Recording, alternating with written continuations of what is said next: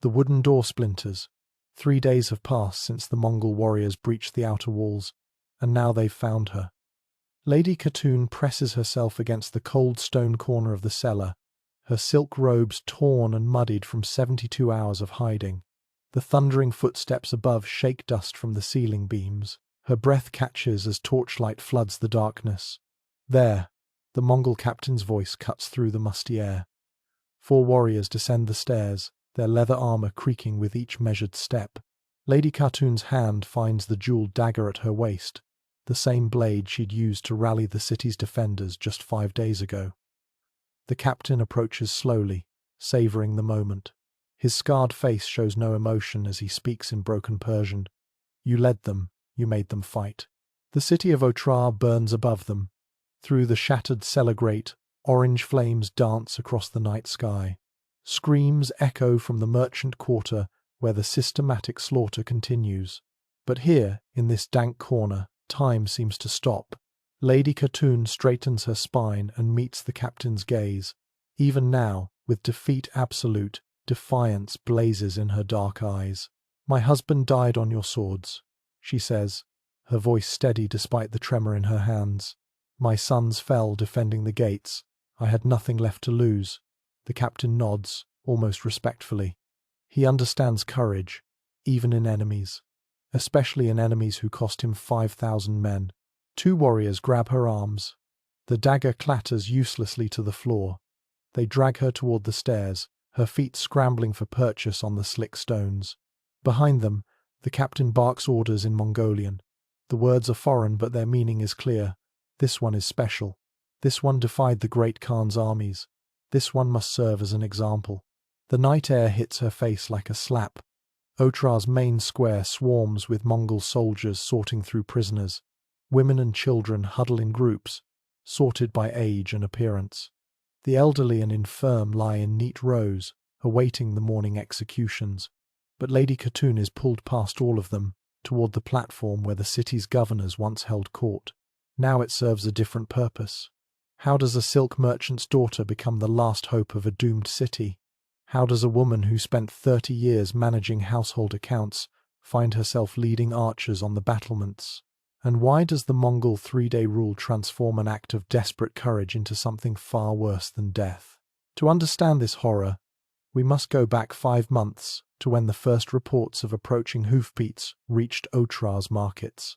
Back to when Lady Khatun was simply Gulnar, wife of the governor, mother of 3 sons, a woman whose greatest rebellion was arguing with carpet sellers over prices. The transformation began with a single messenger who rode through the gates at dawn. The steppe stretched endless beneath iron-grey skies. Temujin watched his mother dig for wild onions in the frozen earth, her fingers bleeding from the effort. They had nothing. Cast out by their clan after his father's poisoning, the family survived on roots and small game. The boy who would become Genghis Khan learned his first lesson about power in that bitter wind. Those without strength starved. Those without allies died alone. 20 winters passed. The outcast boy now commanded 40,000 horsemen. Each warrior controlled 5 mounts, creating a mobile force unlike anything the world had seen. They moved like wind across grass, covering distances that would cripple traditional armies. Their composite bows could punch through armor at 300 paces. More terrifying still was their discipline. When Temujin spoke, 40,000 moved as one mind. The transformation began with simple raids. Border settlements fell first. Mongol horsemen would appear at dawn, circle the village 3 times, then attack from multiple directions. Survivors spread tales of demons who fought from horseback, who shot arrows while galloping backward, who showed no mercy to those who resisted. Each victory brought more warriors to Temujin's banner. Each conquest refined the terrible efficiency of his methods. Then came the day that changed everything. A Chinese engineer knelt before Temujin's felt throne, offering knowledge in exchange for his life. He spoke of siege engines, of catapults that could shatter walls, of specialists who understood the weak points of every fortification. The Mongols had always excelled at open-field warfare.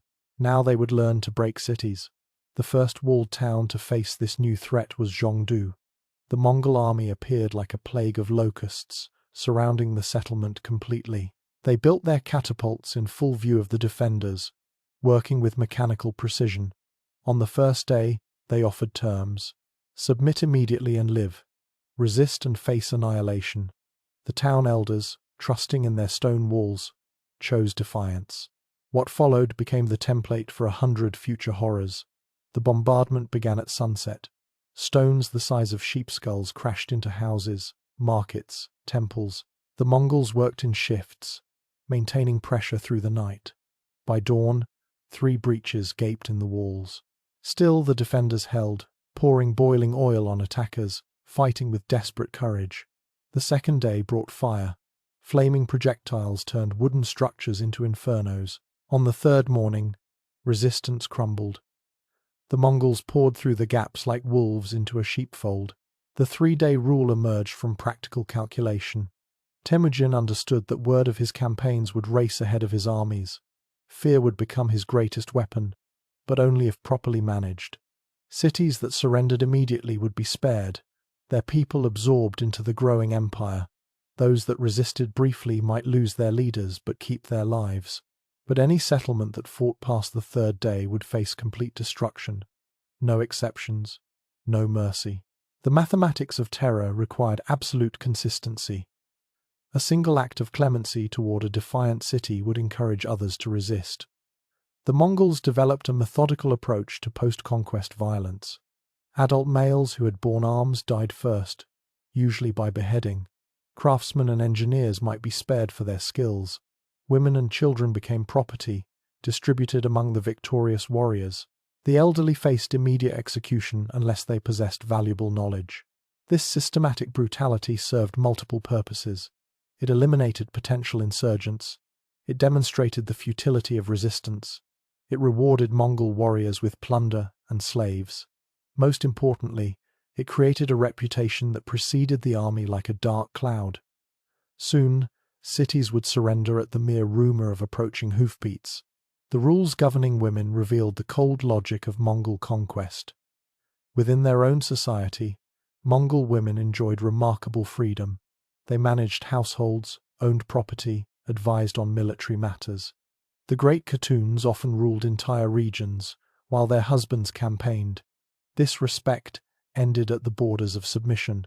Enemy women, especially those from cities that had resisted, faced a carefully structured system of degradation. Young women of beauty became concubines, added to the personal collections of successful warriors. Those of noble birth might become wives, their status dependent on their captor's rank. Older women faced immediate distribution as servants or camp followers, but the harshest fate awaited those who had actively participated in resistance. These women became public examples, their suffering designed to discourage future defiance. The Mongol legal code, the Yasa, codified these practices with chilling precision. Article after article detailed the treatment of conquered peoples, the distribution of spoils, the punishment for various levels of resistance. Rape within Mongol society brought death. Rape of conquered women was not merely permitted but systematically organized. The contradiction revealed the fundamental division in Mongol thinking. There were people, and there were enemies. Enemies who submitted became people. Those who resisted became something less than human. Training for this kind of warfare began in childhood. Mongol boys learned to ride before they could walk properly. By age 5, they were shooting arrows from horseback.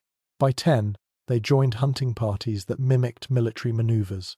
The great winter hunts served as rehearsals for war, with thousands of riders forming vast circles to trap game. They learned patience, coordination, and above all, obedience to command. Physical conditioning pushed human limits. Warriors would ride for days without dismounting, sleeping in the saddle, eating dried meat and fermented mare's milk. They trained to fight in any weather, to cross rivers in full armor, to maintain formation while galloping at full speed. Each man became a component in a vast military machine, as precise and deadly as the siege engines they had adopted. The psychological preparation proved equally thorough. Young warriors heard endless tales of conquest, of wealth seized from soft city dwellers, of the destiny granted by the eternal blue sky. They learned to see settled peoples as sheep waiting for wolves, as resources to be harvested rather than humans deserving mercy. Compassion became weakness. Mercy became foolishness. Only strength mattered. This conditioning extended to the treatment of women. Within Mongol society, complex rules governed courtship, marriage, and family honor. A man who mistreated his wife faced severe punishment, but conquered women existed outside these protections. They became rewards for valor, symbols of domination, tools for breaking enemy morale. Young warriors learned to compartmentalize, to switch between protector and predator depending on which side of the conquest line a woman stood. The expansion westward brought these methods to peoples unprepared for such systematic brutality. The kingdoms of Central Asia had faced raiders before, but nothing like this mechanized horror. City after city learned the terrible arithmetic of the 3-day rule.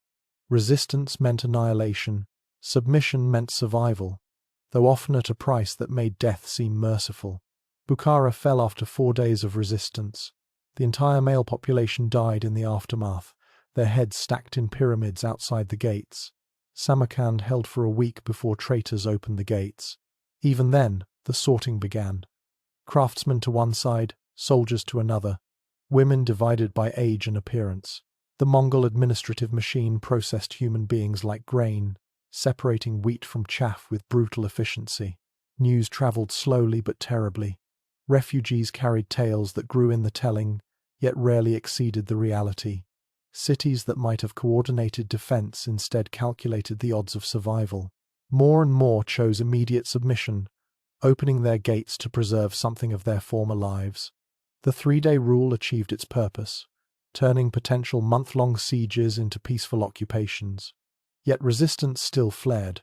Some cities, driven by pride or desperation, chose annihilation over submission. Their stories would normally end in total extinction, forgotten by history except as cautionary tales. But one city would dare to execute Mongol envoys. The messenger rode 3 horses to death, reaching Genghis Khan's camp. His words came in gasps between gulps of fermented milk. Otra had executed the Khan's trade envoys, murdered them after accepting their gifts. The governor had melted silver into their ears while they screamed for mercy. Silence followed the report. Warriors shifted uneasily, awaiting the explosion. But Genghis Khan simply nodded and called for his generals. The winter of 1218 would see the birth of a new kind of warfare. Every city will learn, he told his assembled commanders. His voice carried no anger, only certainty. Those who submit live. Those who resist 3 days die. Those who harm my envoys. He paused, letting the words hang like smoke. They become lessons. The policy emerged from cold calculation rather than rage. Previous campaigns had taught the Mongols that prolonged sieges drained resources and momentum. Cities might hold for weeks, even months, forcing the army to maintain supply lines across hostile territory. The 3-day rule solved this problem with mathematical elegance. Submit immediately and keep your lives, your property, your social structure. Resist 1 day and lose your leaders. Resist 2 days and lose your fighting men. Resist 3 days and lose everything. The gradient of consequences created its own terrible momentum. But the true genius lay in what happened after the 3 days expired. The systematic nature of the violence that followed served purposes beyond simple punishment. Each fallen city became a classroom, where young warriors learned the mechanics of occupation. First came the sorting. Mongol administrators had perfected a system as efficient as their arrow volleys. Men capable of bearing arms formed one group. Craftsmen, with valuable skills, another. Women divided by age, appearance, and social status. Children separated from mothers. The elderly assessed for knowledge or immediate disposal. The process unfolded with mechanical precision. No random violence, no uncontrolled looting. Every action served the dual purpose of eliminating threats and rewarding loyalty. A warrior who had shown exceptional courage might receive first choice of captives. Those who had wavered found themselves with scraps. Young Mongol soldiers watched and learned. They saw how systematic brutality broke spirits more effectively than random cruelty. They observed the careful balance between terror and incentive. Most importantly, they understood that conquered women represented more than simple plunder. The distribution of female captives followed strict hierarchies. Commanders claimed women of noble birth, adding them to personal retinues that might number in the dozens. These women often faced a strange twilight existence, neither wife nor slave, their status dependent entirely on their captors' whims. Some bore children who would ride with Mongol armies. Others vanished into the vast machinery of empire. Common soldiers received women based on merit and rank. A warrior who had taken 5 enemy heads might claim a merchant's daughter. One who had shown cowardice might receive only elderly servants. The system created competition, driving men to greater acts of valor and brutality. But special consideration awaited women who had actively resisted. The Mongol command structure had learned to identify these individuals through careful intelligence gathering. Which women had organized supplies for defenders? Who had tended the wounded? Who had stood on battlements, inspiring continued resistance? These women faced public humiliation, designed to break the spirit of future opponents. The specific methods varied, but the message remained constant. Resistance by anyone, regardless of gender, brought consequences that death might seem preferable to. The Mongols understood that female defiance particularly threatened their narrative of inevitable conquest.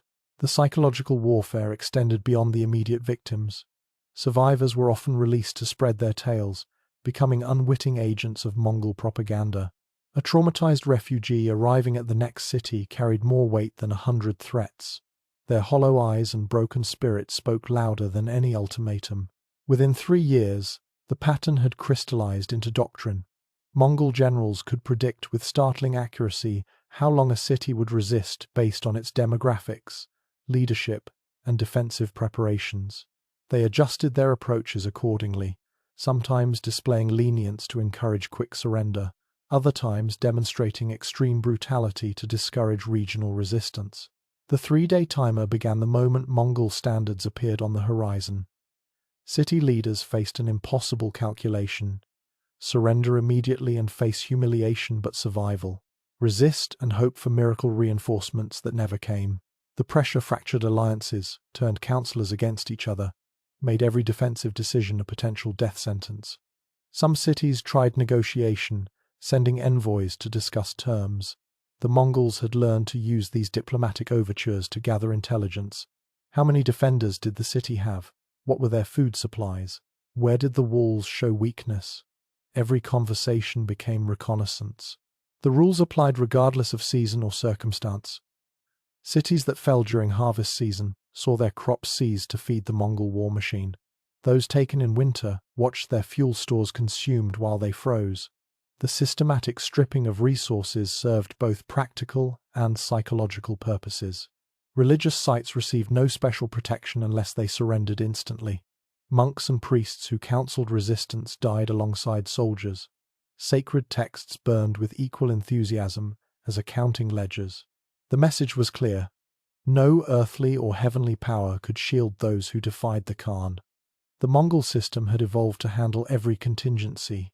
Cities that surrendered after 1 day of resistance might keep their walls but lose their weapons. Those that lasted 2 days saw their fortifications demolished stone by stone. The 3-day threshold marked total erasure, not just of defenses but of civic identity. This methodical approach required extensive record-keeping.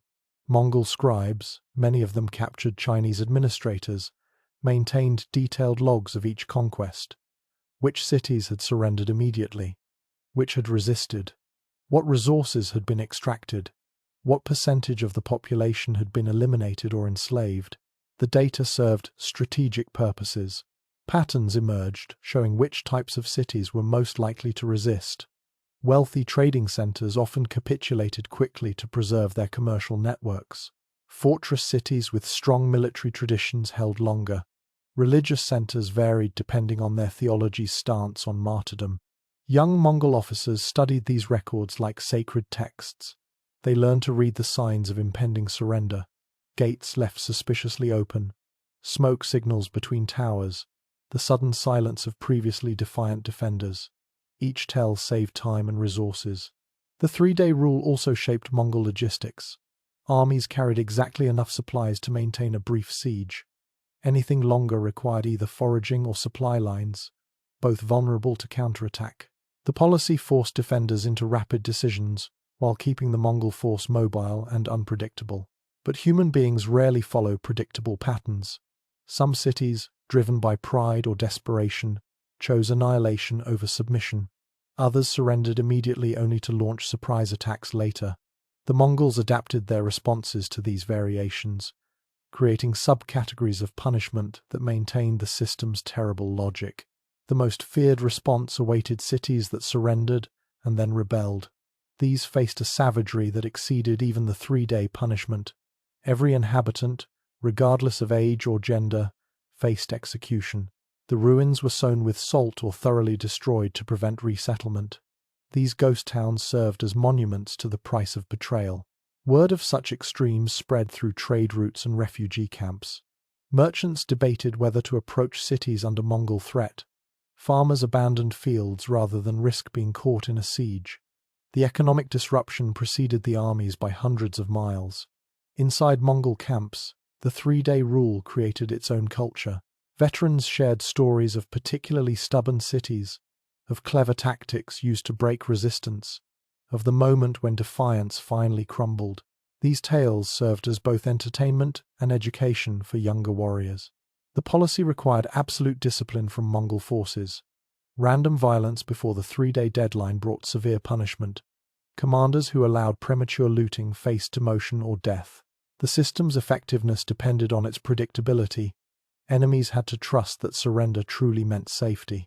This discipline extended to the treatment of captives. Women distributed according to rank could not be traded or abused beyond established parameters. Children marked for slavery had to be fed and maintained. Even in brutality, the Mongol system demanded order. But the human cost accumulated in ways the scribes couldn't quantify. Traumatized survivors carried psychological wounds that passed through generations. Children who had witnessed the systematic destruction of their families grew into adults shaped by unimaginable horror. The 3-day rule created ripples of suffering that would outlast the empire itself. Some Mongol generals began to question the long-term wisdom of such policies. Destroyed cities produced no taxes. Dead craftsmen created no goods. Women reduced to slavery bore children who might someday seek vengeance. But these voices remained minorities, drowned out by the immediate success of terror tactics. The 3-day rule reached its most refined form just as Mongol forces turned toward the rich cities of Central Asia. Here, they would encounter populations with their own proud military traditions, their own histories of resistance. The collision would produce horrors that exceeded even Mongol expectations. In the war councils, discussion turned to Otra. The city that had dared to execute Mongol envoys required special attention. The 3-day rule would apply, but what happened after would demonstrate new depths of calculated cruelty. Genghis Khan himself would oversee this campaign. Otra will beg for the 3-day rule, one general predicted. Others nodded agreement. They had all seen what happened when the Khan took personal interest in a city's destruction. The normal parameters of conquest expanded into something darker. Preparations began immediately. Siege engineers calculated the exact force needed to breach Otra's walls. Intelligence gatherers identified key figures in the city's defense. Most ominously, specialists in psychological warfare developed specific plans for the city's leadership. The campaign would require 5 tumens, 50,000 warriors. This represented a massive commitment of resources for a single city. But Otra had transgressed beyond mere resistance. They had violated diplomatic immunity, challenged the very foundation of Mongol authority. As winter deepened, the greatest military machine of its era began to move. The 3-day rule had evolved from a simple battlefield expedient into a cornerstone of empire. Cities from China to Persia had learned its terrible mathematics. But some lessons require repeated teaching. The women of conquered cities had become pawns in this vast game of domination and submission, their fates intertwined with military policy in ways that would echo through centuries. The systematic approach to sexual violence as a tool of warfare had reached new levels of organization under Mongol rule. In the grand strategy of conquest, individual suffering became statistical data. How many women distributed per 1,000 warriors? What percentage should be reserved for commanders? How many released to spread tales of horror? The calculations proceeded with the same cold logic used for arrow supplies and horse remounts. But numbers could not capture the moment when a mother was separated from her children, when a young woman realized her fate, when entire female populations faced the mechanical sorting that followed conquest. These human moments of terror and despair fueled the engine of Mongol expansion as surely as grass fed their horses. The 3-day rule had become more than military policy. It represented a worldview that divided humanity into conquerors and conquered, with different rules applying to each. Within this system, women who dared to resist faced consequences, designed to echo through history. As the Mongol forces assembled for the march on Otra, veterans shared knowing looks. They had seen the pattern too many times. First would come the ultimatum, then the brief, doomed resistance, then the systematic unraveling of an entire civilization. The 3-day clock would tick with mechanical inevitability, but Otra would prove different. The city's defenders, led by an unlikely commander, would stretch Mongol patience to its breaking point. The resulting fury would demonstrate why some historians mark this campaign as the moment when calculated brutality transformed into something approaching madness. The genetic evidence would shock historians centuries later. The great Khatun's voice carried across the windswept plateau. 10,000 Mongol warriors knelt as she pronounced judgment on a soldier who had violated her daughter. The man's head rolled into the dust before her words finished echoing. No one moved. No one breathed. The law was absolute within the empire's borders. 500 miles south, different sounds filled the air. A young woman's pleas cut short by a warrior's fist. The systematic sorting of human beings in a conquered square. The crack of whips driving captive columns toward an uncertain fate. The same warriors who would face death for touching a Mongol woman now claimed their prizes from the fallen city. Genghis Khan had built this contradiction into the very foundation of his empire. His own mother, Hoelun, had been kidnapped and forced into marriage. His wife Berta had suffered months of captivity, returning pregnant with another man's child. These personal wounds shaped laws that would govern millions, but the protection extended only to those deemed worthy of it. The Yasa, the great law code, spoke with crystalline clarity. Any Mongol who raped a woman of the tribes faced immediate execution. No trial, no appeal. The sentence carried out by the victim's male relatives, or, lacking those, by appointed executioners. The same code that mandated death for theft of a horse or urinating into water also drew an absolute line around Mongol women's bodies.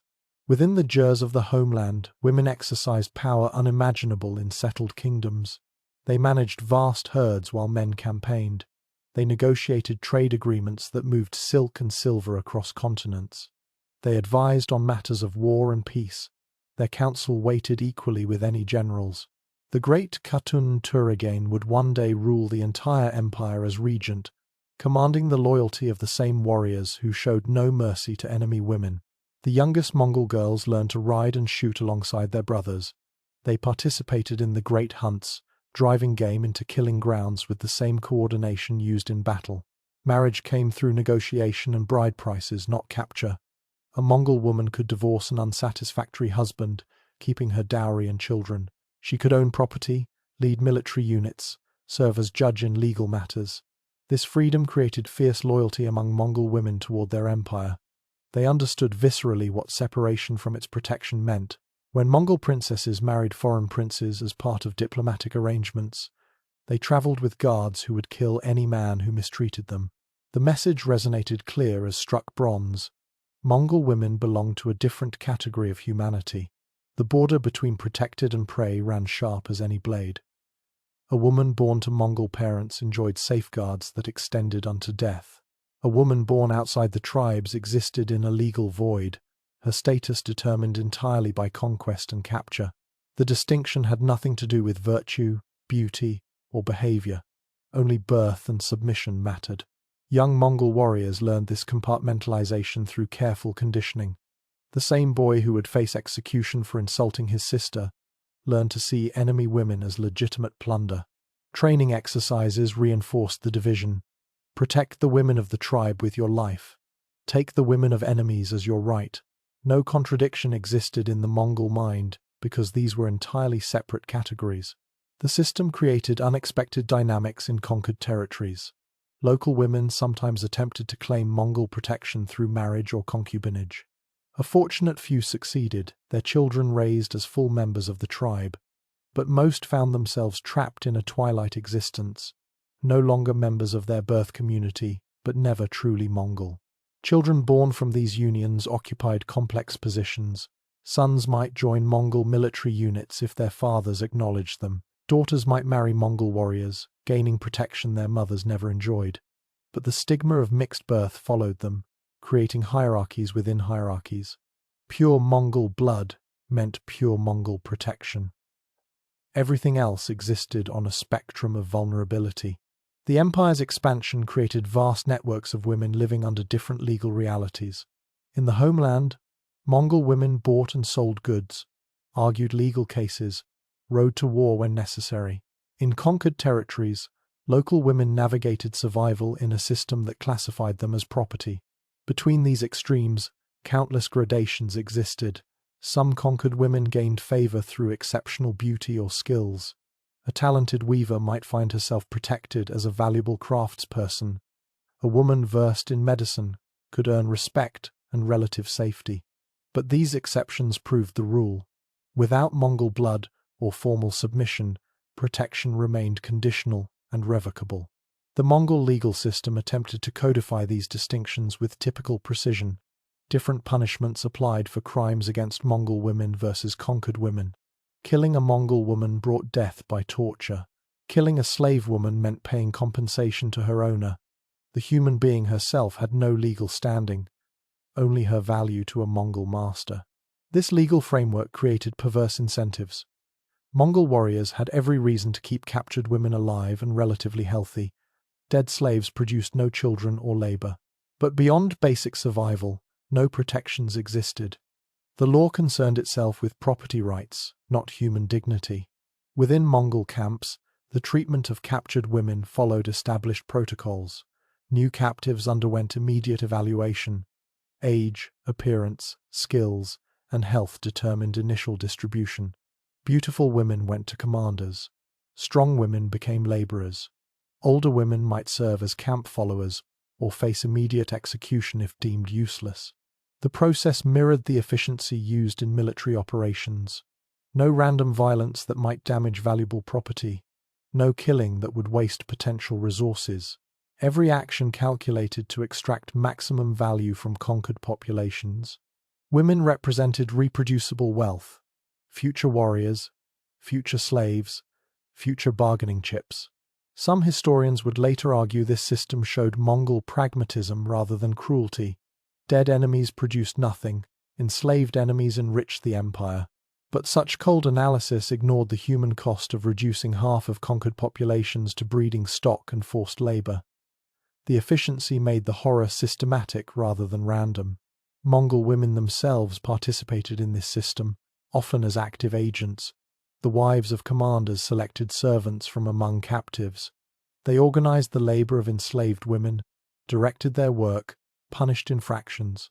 The protected became protectors of hierarchy, understanding that their own status depended on maintaining clear distinctions. Records from Chinese sources describe Mongol princesses traveling with retinues of hundreds of captured women. These servants existed in careful gradations: personal attendants, craftswomen, common laborers. The princess's power over them was absolute, but so was her responsibility to maintain them.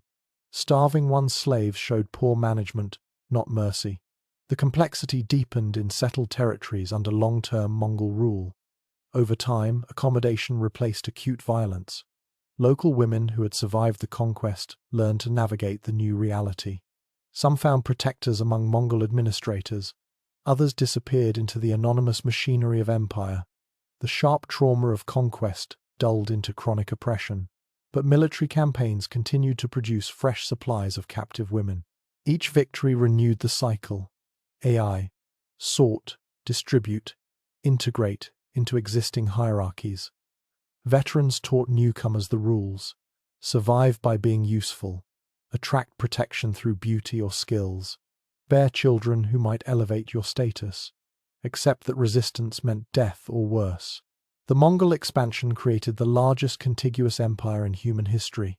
Within its borders, protected women exercised freedoms remarkable for the 13th century. Outside its protection, conquered women faced systematic exploitation on an unprecedented scale. The same legal code that executed men for harming Mongol women regulated the rape of conquered women like the distribution of horses. Genghis Khan's personal history shaped these contradictions.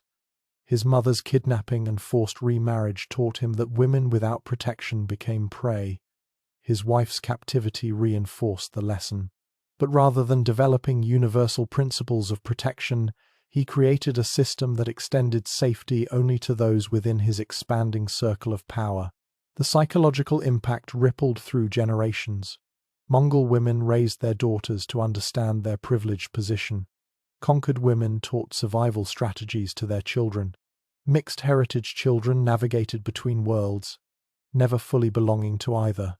The empire created complex genealogies of trauma and protection. Modern genetic studies would later reveal the stunning scope of this systematic violence. Across Asia, millions carry genetic markers tracing to a handful of Mongol men. The numbers tell a story written in DNA, tCNA, conquest followed by systematic rape on a scale that permanently altered the genetic landscape of entire continents. Behind each marker lies a woman whose choice was survival or death. But the empire's dual nature created spaces for unexpected agency. Some Mongol women used their protected status to shelter conquered women. Others facilitated trade networks that allowed subjugated populations economic opportunities. The rigid system contained enough flexibility for individual kindness, though never enough to challenge its fundamental brutality. Foreign observers struggle to understand these contradictions. Byzantine ambassadors reported shock at seeing Mongol women leading military units, while conquered women were sold in markets. Islamic chroniclers noted the irony of Mongol laws protecting women's property rights while treating conquered women as property. Chinese historians recorded the confusion of their own women. Should they hope for Mongol husbands who might protect them, or fear Mongol conquest that would strip all protections? The 3-day rule intersected with these gender dynamics in particularly cruel ways. Cities that surrendered immediately might keep their social structures intact, including traditional protections for women. Those that resisted faced the systematic destruction of all such safeguards. The timer counted down not just to general massacre but to the specific obliteration of whatever dignity and safety women had known. Mongol commanders understood this psychological weapon. Negotiations often included detailed descriptions of what would happen to the city's women after 3 days. The threats were not idle. Veterans could recite exact protocols, how women would be sorted, distributed, used. The clinical precision of planned atrocity often broke resistance more effectively than catapults. Some cities attempted to negotiate separate protections for their women. The Mongols occasionally agreed, but only for immediate surrender. Even then, the definition of protection remained fluid. Safety from death did not mean safety from enslavement. Promises to spare women's lives said nothing about what those lives would entail. The siege of Urgench demonstrated these dynamics with particular clarity. As the 3-day deadline approached, city leaders offered to surrender all wealth if their women could remain free. The Mongol commander's response was simple. Women were wealth. The offer made no sense. How could one separate plunder from plunder? When cities did resist past 3 days, the consequences for women followed predictable patterns. First came the sorting in the public square, then distribution according to rank and merit. But special attention focused on women who had actively supported resistance. These faced public humiliation, designed to demonstrate the price of defiance. The records speak in euphemisms, but survivors' accounts preserved by Persian historians reveal the systematic nature of sexual violence. Women who had tended wounded defenders, who had carried water to the walls, who had shouted encouragement during battle, 1-5, all identified and punished according to their level of participation. The message broadcast clear. Gender provided no shield against the consequences of resistance. Within the Mongol worldview, this made perfect sense. An enemy was an enemy, regardless of sex. Women who acted against Mongol interests placed themselves in the same category as male warriors. They had chosen to leave the protected sphere of submission and enter the dangerous realm of defiance. The punishment fit the crime, as Mongol law defined such things. But these laws had one devastating exception. In cities marked for special punishment, even immediate surrender might not guarantee protection. The ordinary rules of conquest could be suspended when Genghis Khan declared total war. In these cases, the 3-day rule became meaningless. Time would not save anyone. The Mongol legal code drew a line sharp as any sword blade. On one side stood the protected women of the tribes, shielded by laws that mandated death for any violation. On the other sprawled the vast populations of conquered territories, where different rules applied. The same warrior who would die for touching a Mongol woman without permission could claim conquered women as casual plunder. This duality emerged from calculated policy rather than oversight. Genghis Khan had witnessed his mother's kidnapping, his wife's captivity. These personal wounds shaped laws that would govern millions. But the protection extended only to those deemed worthy of it. Everyone else existed in a carefully structured system of vulnerability. The distinction created its own brutal mathematics. A woman born to Mongol parents enjoyed safeguards that followed her from the steppes to the borders of settled kingdoms. A woman born outside the tribes faced a legal void where her status depended entirely on conquest and capture. Birth determined everything. Virtue, beauty, intelligence meant nothing without the accident of Mongol blood. Young warriors learned this separation through years of conditioning. The same boys who faced execution for insulting their sisters trained to see enemy women as legitimate rewards. No contradiction troubled their minds because these represented entirely different categories of being. The lessons came wrapped in tradition, in stories of conquest, in the careful passing of who deserved protection and who existed beyond its reach. The empire's expansion magnified these contradictions across continents. In the Mongol heartland, women bought and sold goods, argued legal cases, advised on military strategy. Their daughters learned to ride and shoot, to manage vast herds, to exercise power that would shame the cloistered queens of Europe. The great Khatuns commanded armies, negotiated treaties, ruled as regents over the largest land empire ever assembled.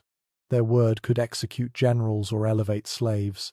But travel south across the conquest line and the picture transformed. Here, women sorted like grain in public squares. Mothers separated from children according to age and usefulness. Young women distributed among warriors based on beauty and the fighter's merit in battle. The elderly assessed for skills or marked for disposal. The same administrative efficiency that moved armies across impossible distances now processed human beings with mechanical precision. The Yasa codified these distinctions with typical Mongol clarity. Kill a Mongol woman and face death by torture. Kill a slave woman and pay compensation to her owner. Rape within the tribes brought immediate execution. Rape of conquered women followed established protocols of distribution and reward.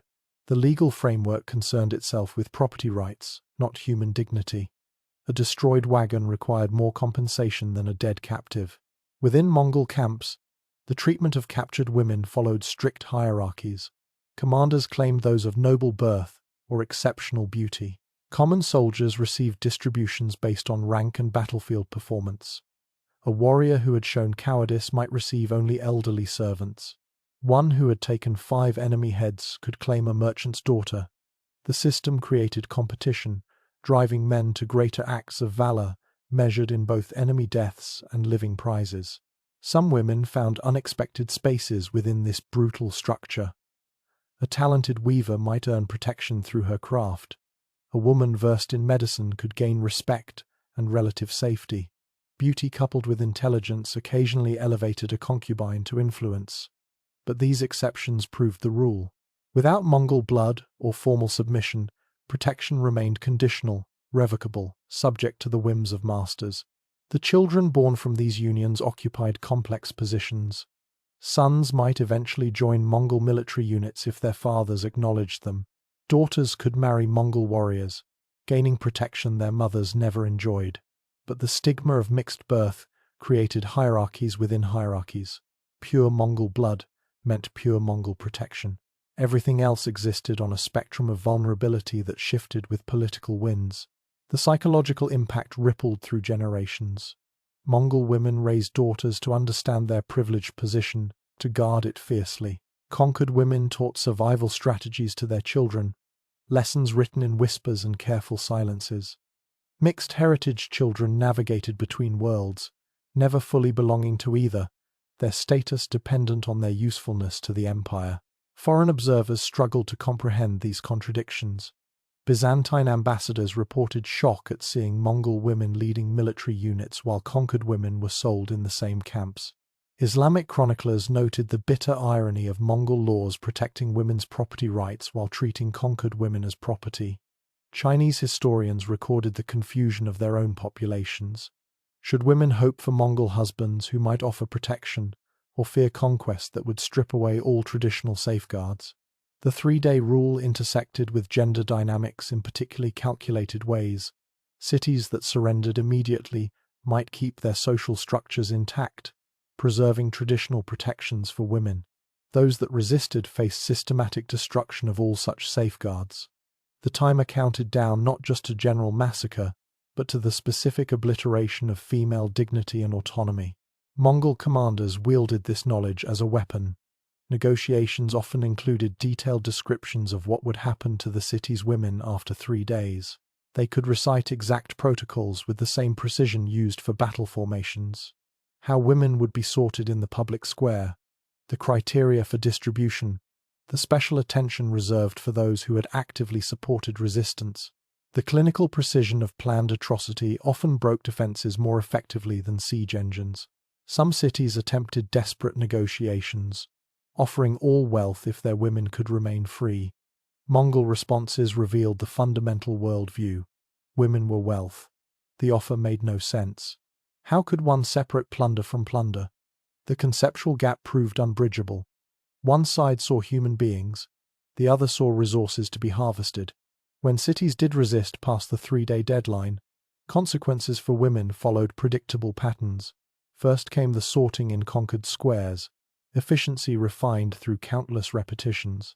Age, appearance, perceived usefulness determined immediate fate. Then distribution according to the elaborate hierarchies of merit and rank. But special attention focused on women who had actively supported resistance. The records speak in euphemisms that barely mask the horror. Women who had tended wounded defenders, who had carried water to the battlements, who had shouted encouragement during assaults, all identified through intelligence gathered during siege, all punished according to their level of participation.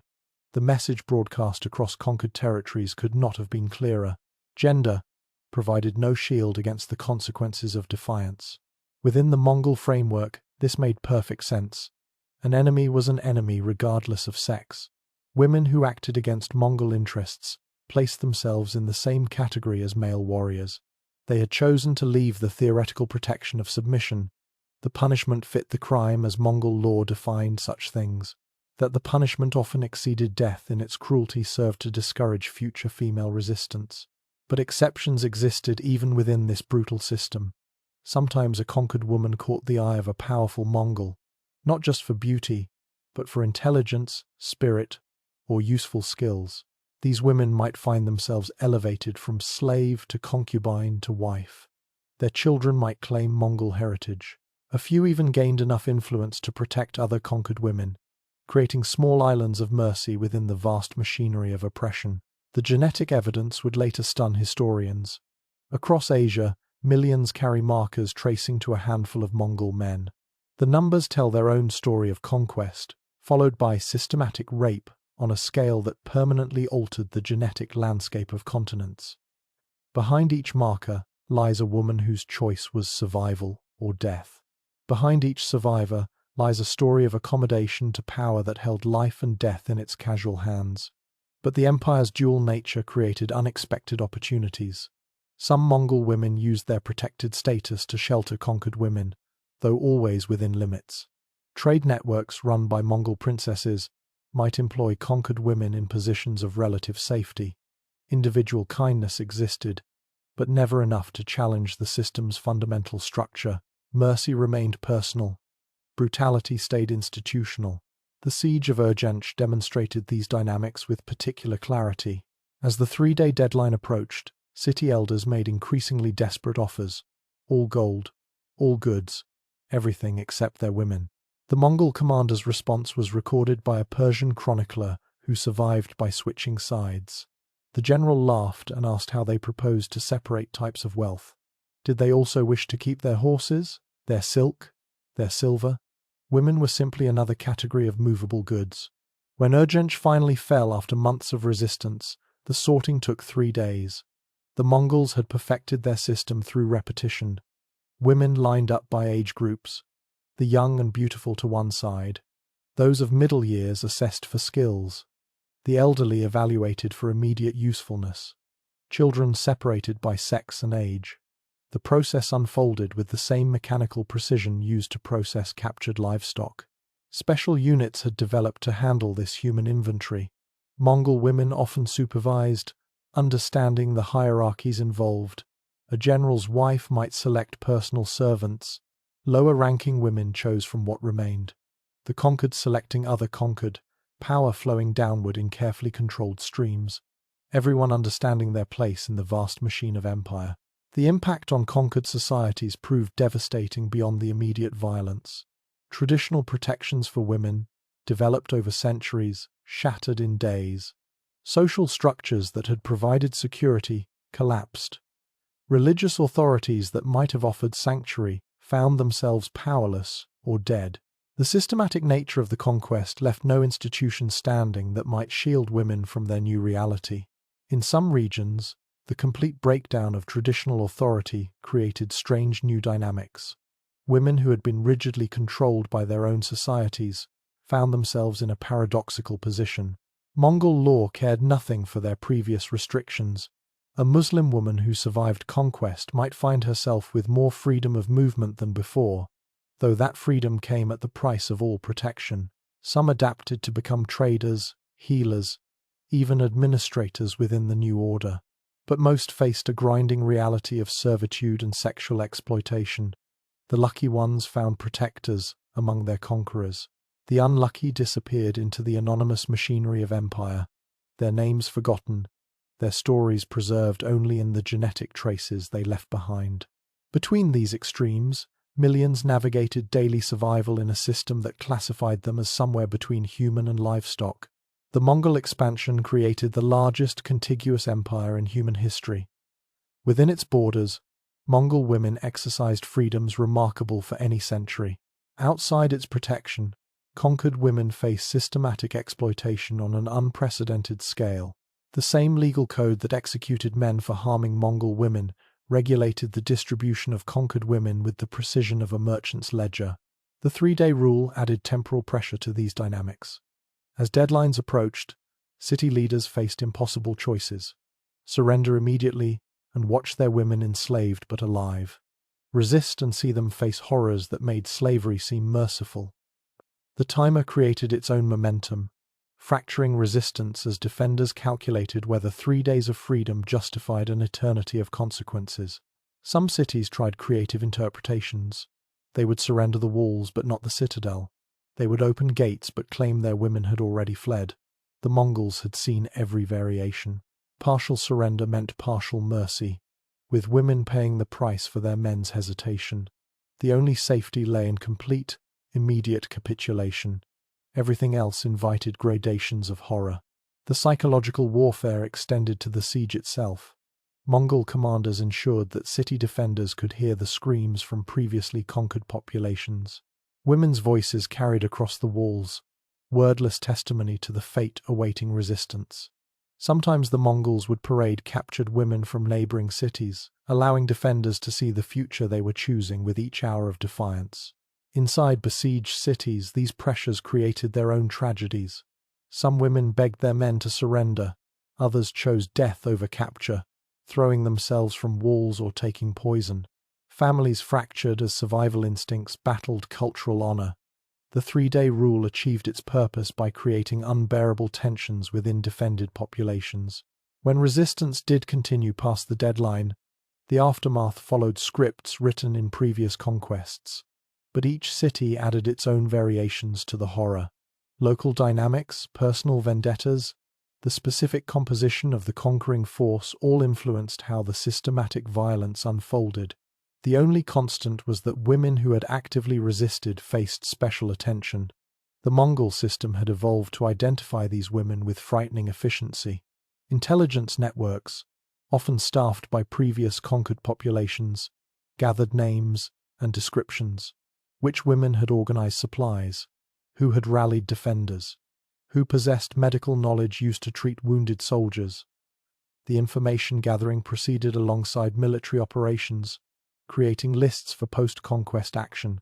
This targeting served multiple purposes beyond simple punishment. It eliminated potential future resistance leaders. It demonstrated the futility of defiance regardless of gender. Most importantly, it created examples that would echo through surrounding territories. The story of what happened to resistant women often traveled faster than the Mongol armies themselves. The records preserved by Persian and Arab chroniclers speak to the systematic nature of these reprisals. Women identified as resistance supporters faced public humiliation, designed to break the spirit of future opponents. The specific methods varied, but the message remained constant. Choose submission or face consequences that death would seem preferable to. The Mongols understood that female defiance particularly threatened their narrative of inevitable conquest. Modern genetic studies reveal the stunning scope of what followed these conquests. The Y chromosome markers tell a mathematical story of violence. Millions across Asia carry the genetic signature of a small number of Mongol men. The numbers speak to systematic rape on a scale that permanently altered the human genome across continents. Each marker represents a woman who faced the choice between submission and death. But within this vast machinery of horror, individual stories of survival emerged. Some women found ways to protect themselves and others through intelligence, beauty, or useful skills. Others disappeared into the anonymous masses, their names forgotten, but their genetic legacy spreading through generations. A few even rose to positions of influence within the Mongol hierarchy, though always marked by their conquered origins. The duality of Mongol law created a schizophrenic reality across the empire. In one province, a Mongol woman might command thousands of troops, her word carrying the weight of life and death. In the next valley, conquered women sorted like cattle faced futures determined by the whims of their captors. The same legal code governed both realities without acknowledging any contradiction. This system would reach its most refined and terrible expression in the campaign against Otra. The city that had dared to execute Mongol envoys required special attention. The 3-day rule would apply, but what came after would demonstrate new depths of calculated cruelty. Genghis Khan himself would oversee this campaign, bringing personal attention to the fate of those who had defied his authority. The preparations revealed the importance placed on this particular conquest. 50,000 warriors, siege engines capable of reducing walls to rubble, and most ominously, specialists in psychological warfare who understood how to break a population's spirit. The normal parameters of conquest would expand into something darker, something designed to echo through history as a warning. Intelligence gatherers had already begun their work, identifying key figures in Otra's defense. Among the names that surfaced was an unexpected one: the governor's wife, a woman who had spent decades managing household accounts and arguing with carpet sellers. The same woman who would soon stand on battlements with a jeweled dagger, rallying defenders with words that would seal her fate. The Mongols had encountered female resistance before, but rarely from someone of such high social standing. The intelligence reports noted her transformation from merchant's daughter to military commander, with the clinical interest of professionals studying a new phenomenon. How had a woman raised for marriage and motherhood become the spiritual heart of a doomed defense? The answer lay in the cascade of losses that preceded the siege. First her eldest son, cut down in a border skirmish. Then the middle boy, lost defending a supply caravan. Finally her husband, the governor, felled by an assassin's blade just days before the Mongol host arrived. With the city's leadership decimated and panic spreading through the streets, she had stepped into the void with a determination born of nothing left to lose. The Mongol commanders recognized the danger she represented. A woman leading resistance challenged their entire narrative of conquest. If merchants' wives could transform into military leaders, If mothers could rally defenders as effectively as any general, then the careful categories that structured Mongol society meant nothing. She had to be not just defeated but destroyed in a way that would discourage any woman from following her example. As the great host approached Otra's walls, veterans shared knowing looks. They had seen this pattern before. The ultimatum would come. The city would resist. The 3 days would pass.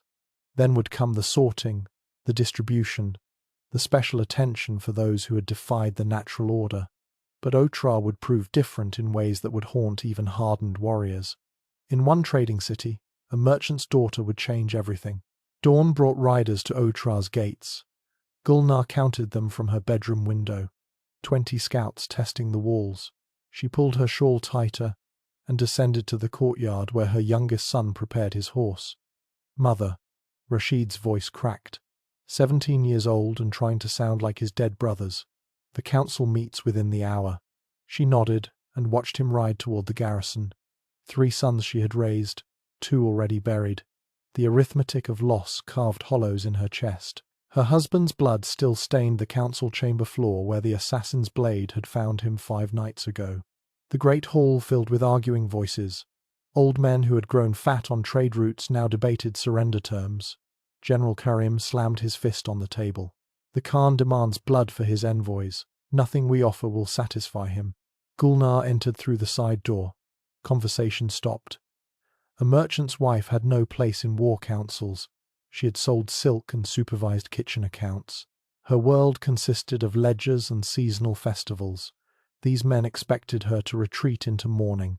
"My lords," her voice carried across the silence, "the Mongols will arrive within 3 days." Murmurs rippled through the assembled nobles. Uzbek the elder stood, his joints creaking like old leather. "Lady Gulnar, we grieve your loss. But military matters require." "Require what?" She stepped into the light from the high windows. "Experience my husband no longer provides? Wisdom from generals who have never faced the Khan's armies?" Young Captain Yusuf shifted uncomfortably. He had loved her middle son, had wept at his funeral. Now his hand moved to his sword hilt as voices rose in protest. "The governor's widow speaks truth." Yusuf's words cut through the noise. "We have 70,000 people within these walls, 5,000 trained soldiers.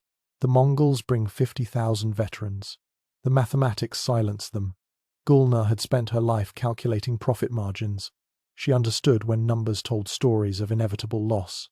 But something harder than arithmetic moved in her chest now. "Show me the defenses." The command emerged before she could stop it. "If we must fall, let us make them pay for every street." General Karim's laugh held no humor. "What does a silk merchant's daughter know of warfare?" "Nothing." Gulnar met his gaze. "But I know my husband's notes. Every supply depot, every hidden grain store, every weakness in our walls he worried about during sleepless nights." She produced a leather portfolio from beneath her robes. Her husband's precise handwriting covered pages of defensive preparations, maps annotated with concerns, calculations of how long their food would last under siege. The work of a careful administrator who had feared this day would come. Silence stretched through the hall. These men had known her as a mother, a hostess, a manager of domestic affairs. The transformation unsettled them. Women did not speak in war councils. They certainly did not issue commands. "The Khan offers terms to cities that submit immediately." Uzbek's voice wavered between hope and shame. "Perhaps negotiation." "Aye. He offers slavery." Gulnar's words cracked like a whip. "Our women distributed among his warriors, our children raised to forget their names. Is that the legacy you choose?" Captain Yusuf straightened. Other young officers exchanged glances. The older councillors shifted uneasily, caught between tradition and the absence of alternatives. "I propose a vote." General Karim's tone suggested he already knew the outcome. "Those who support negotiation." "Wait." Gulnar raised her hand. Through the window, dust clouds marked the approaching scouts. "Before you choose, hear what I offer." She moved to the great map painted on the wall. Her fingers traced streets she had walked for 30 years, markets where she had haggled over silk prices, squares where her sons had played as children. "My husband spent 15 years fortifying Otra. He knew every strength and every weakness. Her voice gained strength with each word. I sat through 1,000 dinner conversations about wall heights and arrow supplies.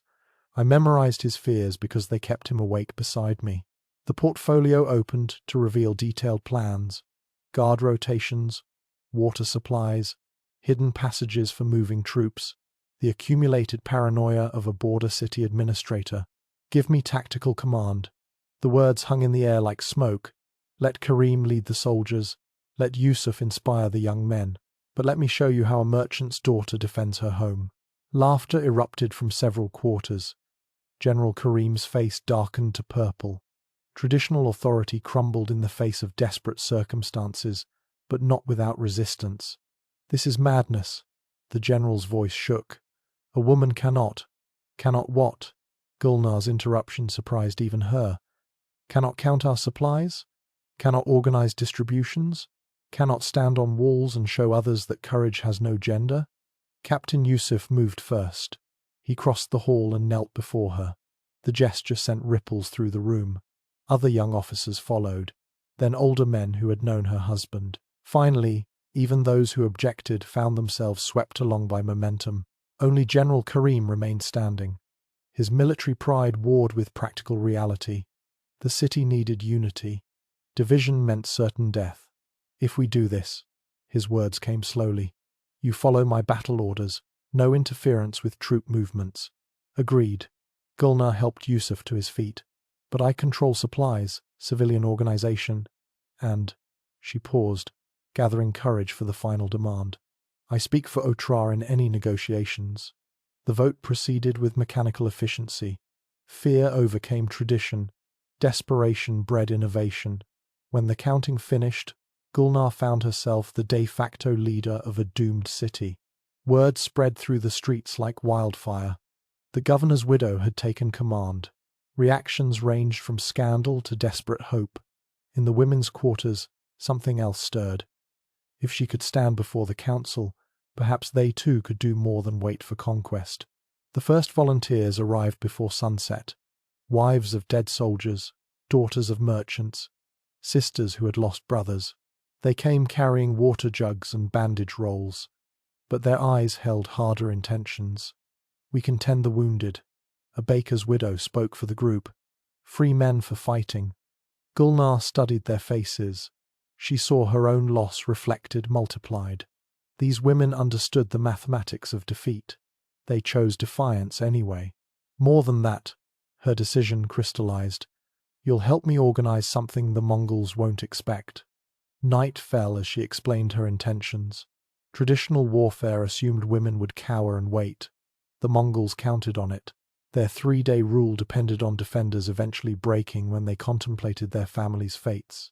We'll turn their weapon against them. Gulnar's voice carried new authority. When they expect us to beg for mercy, we'll show them that Otra's women choose death over dishonor. The transformation had begun. By morning it would accelerate. Within days, the silk merchant's daughter would stand on battlements with a jeweled dagger, speaking words that would echo through history. But first came the work of preparation. Supply lists needed updating. Water reserves required protection. The hidden grain stores her husband had worried about demanded inspection. 1,000 details that meant the difference between 3 days of resistance and something longer. Something that might cost the Mongols dearly enough to remember. Gulnar worked through the night, surrounded by ledgers and maps.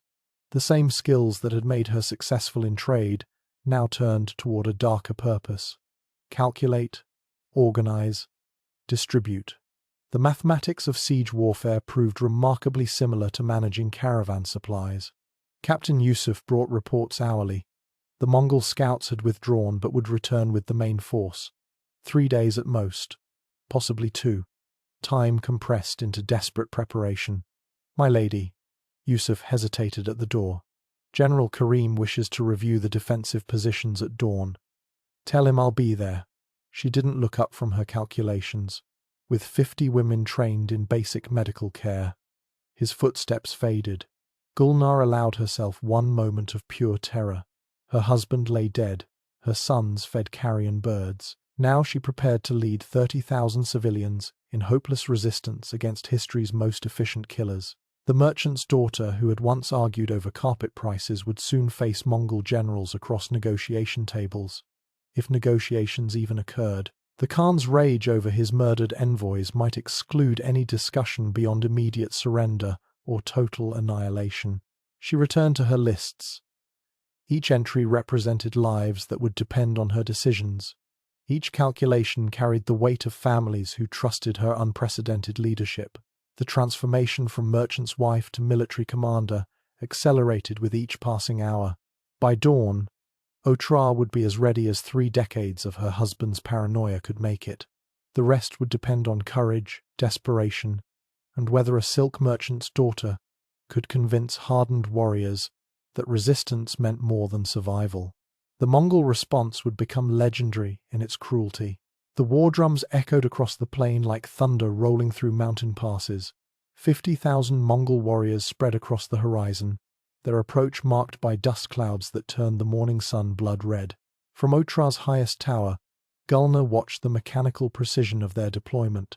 Each unit moved with practiced efficiency, surrounding the city like water filling a bowl. The drums beat a specific rhythm, 3 strikes followed by silence, the universal Mongol demand for submission.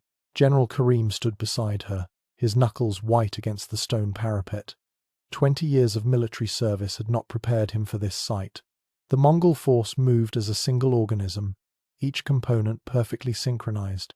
Their siege engines rolled forward on massive wheels, pulled by teams of oxen taken from conquered territories. Behind them, the support units established camps with speed that defied belief.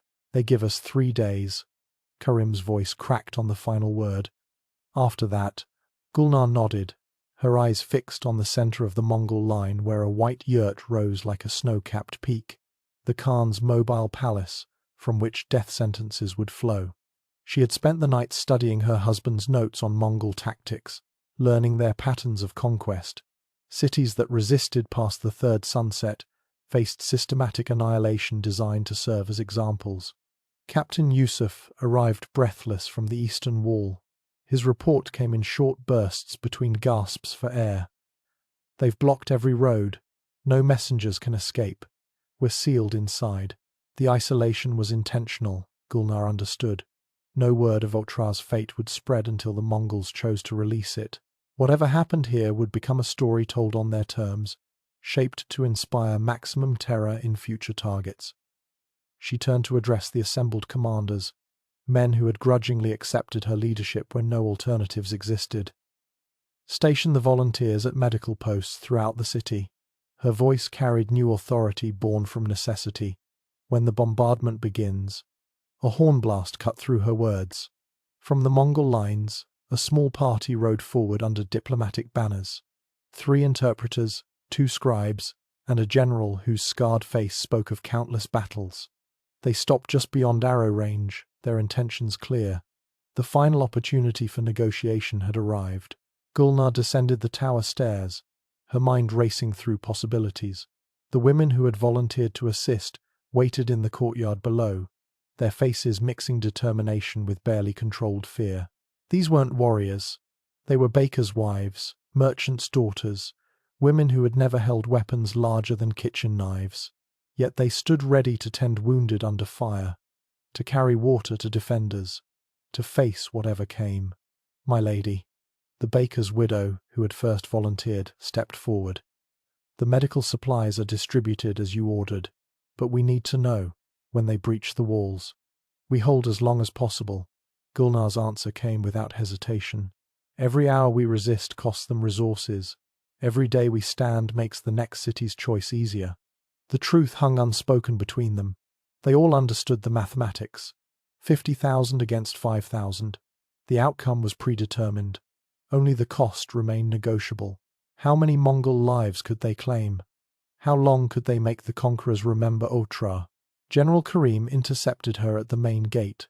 His opposition to her leadership had softened into grudging respect over the past 2 days. The silk merchant's daughter had proven surprisingly competent at organizing civilian resistance. Still, tradition died hard. "Let me conduct the negotiation." His offer came wrapped in paternalistic concern. "They expect to speak with military men." They expect submission. Gulnar adjusted the ceremonial robe she had inherited from her husband's wardrobe. Let them face something unexpected. The gates opened just enough to allow her party through. Captain Yusuf and 2 senior officers accompanied her, their hands carefully away from weapons. The walk across open ground to the Mongol position felt eternal.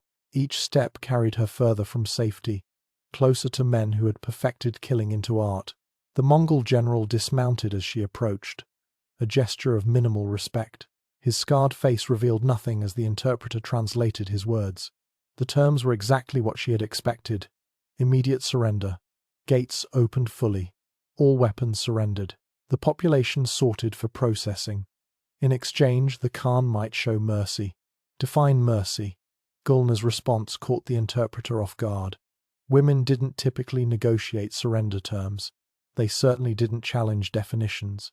The general's eyes narrowed as the translation reached him. He spoke at length, his interpreter struggling to convey the full meaning. Mercy meant the elderly would die quickly. Children under 10 would be spared for slavery. Women would be distributed among warriors according to established protocols.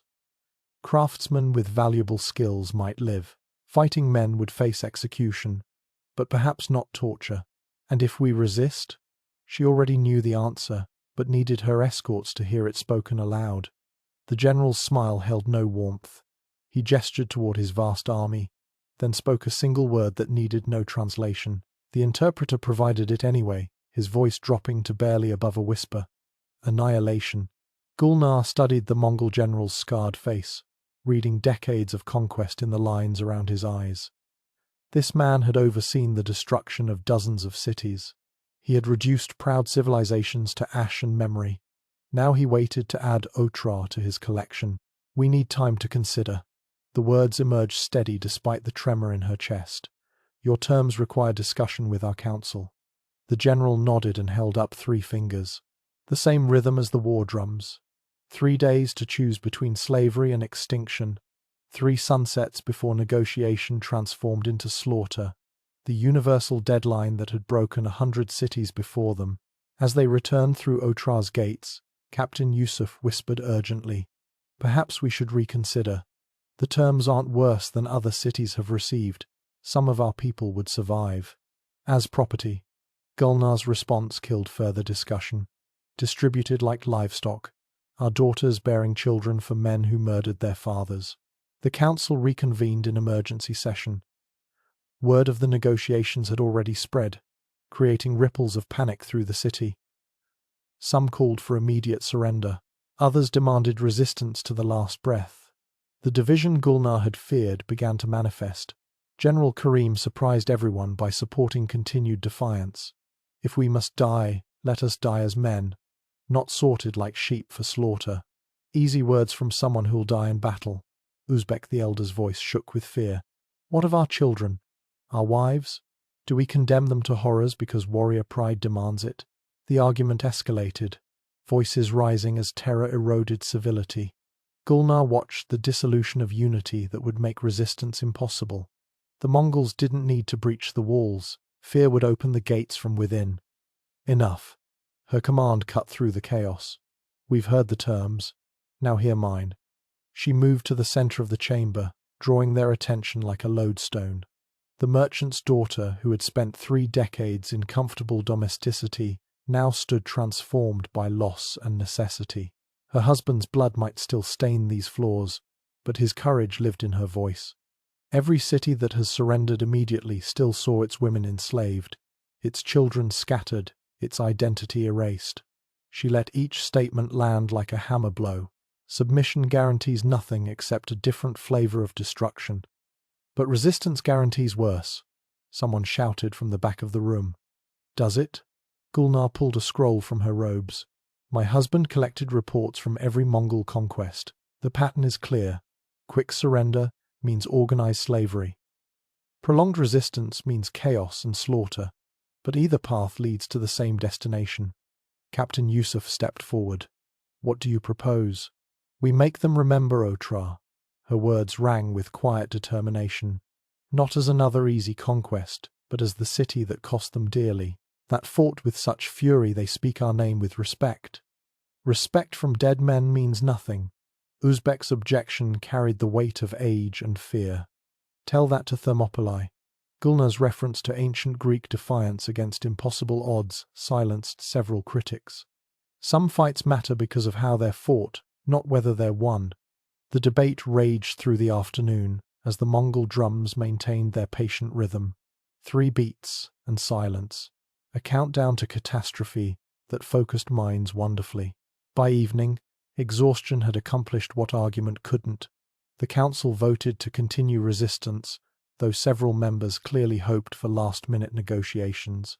Gulnar emerged from the chamber to find the courtyard filled with waiting citizens. Word of her leadership had spread, drawing those desperate for any hope. Women clutched children. Old men leaned on walking sticks, all searching her face for signs of salvation she couldn't provide. We fight. 2 words that changed everything. Not because we can win, but because surrender offers nothing worth preserving. The crowd's reaction mixed relief with terror. Some wept. Others nodded with grim satisfaction. A few slipped away, no doubt planning to attempt private negotiations with the besiegers. Gulnar let them go. Unity forced by fear was no unity at all. That night, she walked the walls with Captain Yusuf, inspecting positions and counting resources. The young officer had become her most trusted advisor, perhaps because he had nothing left to lose. His beloved friend lay dead with her middle son. Grief had transformed him as thoroughly as it had changed her. The women volunteers have exceeded expectations. His report offered rare positive news. They've established aid stations at every major intersection. Some are even training with crossbows. Gulnar paused at a battlement overlooking the Mongol camp. Thousands of fires dotted the plain like fallen stars. Each represented enemies who would soon test their defenses. The mathematics remained hopeless, but something had shifted in the city's spirit. Desperation bred its own form of courage. Double their weapon training. Her order surprised even her. When the walls fall. You think they'll fight? Yusuf's tone mixed admiration with concern. I think they'll choose their own endings. Gulnar touched the jeweled dagger at her waist, a wedding gift that had never seen use beyond opening letters. Sometimes that's the only victory available. The first night passed with sporadic probing attacks. Mongol horsemen tested responses, measuring reaction times and identifying weak points. Their arrows fell like brief rain showers, more message than serious assault. The real storm would come later. Dawn brought fresh horrors. The Mongols had captured refugees attempting to flee during the night. Now these unfortunates decorated poles arranged for the defenders to see.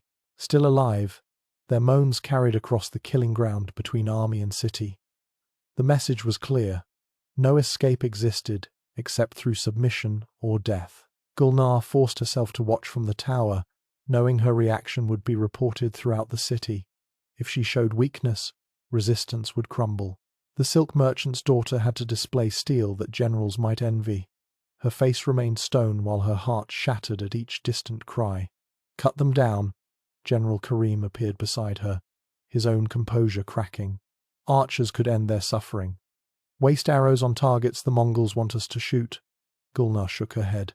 That's why they placed them just within range. To make us expend ammunition on mercy. The calculated cruelty of it struck even the veteran general. Every aspect of Mongol warfare followed careful planning. Terror wasn't random but precisely calibrated to achieve specific results. They had turned human suffering into military mathematics. The second day brought the siege engines forward. Great catapults that could throw stones the weight of men. Towers that would allow attackers to match the height of walls. Protective shelters for rams that could splinter gates. The mechanical precision of their assembly sent fresh waves of fear through the defenders. But something else was building within Otra's walls.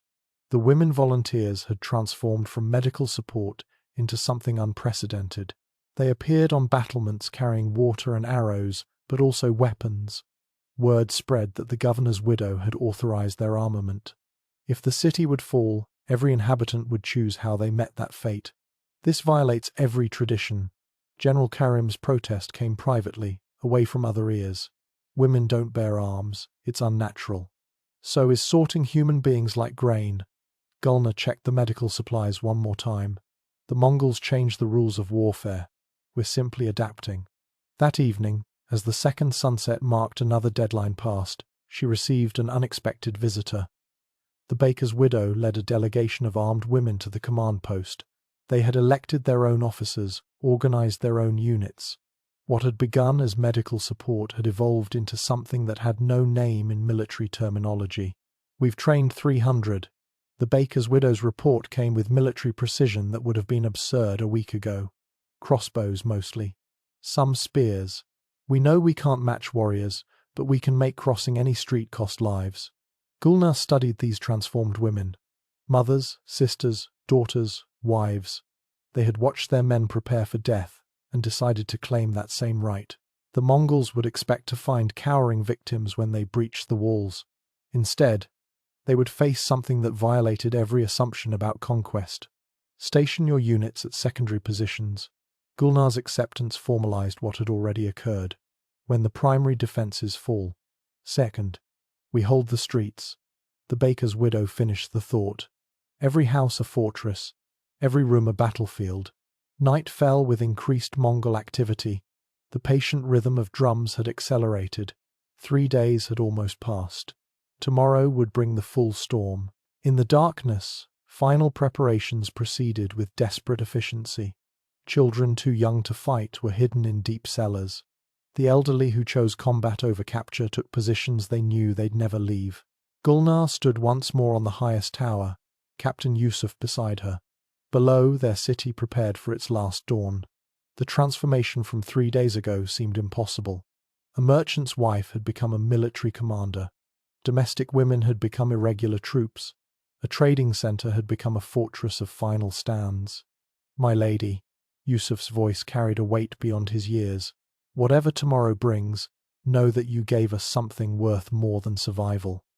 What's that? Though she suspected the answer. Choice. He gestured toward the armed women taking positions. The Mongols offer only submission or slaughter. You gave us a third option.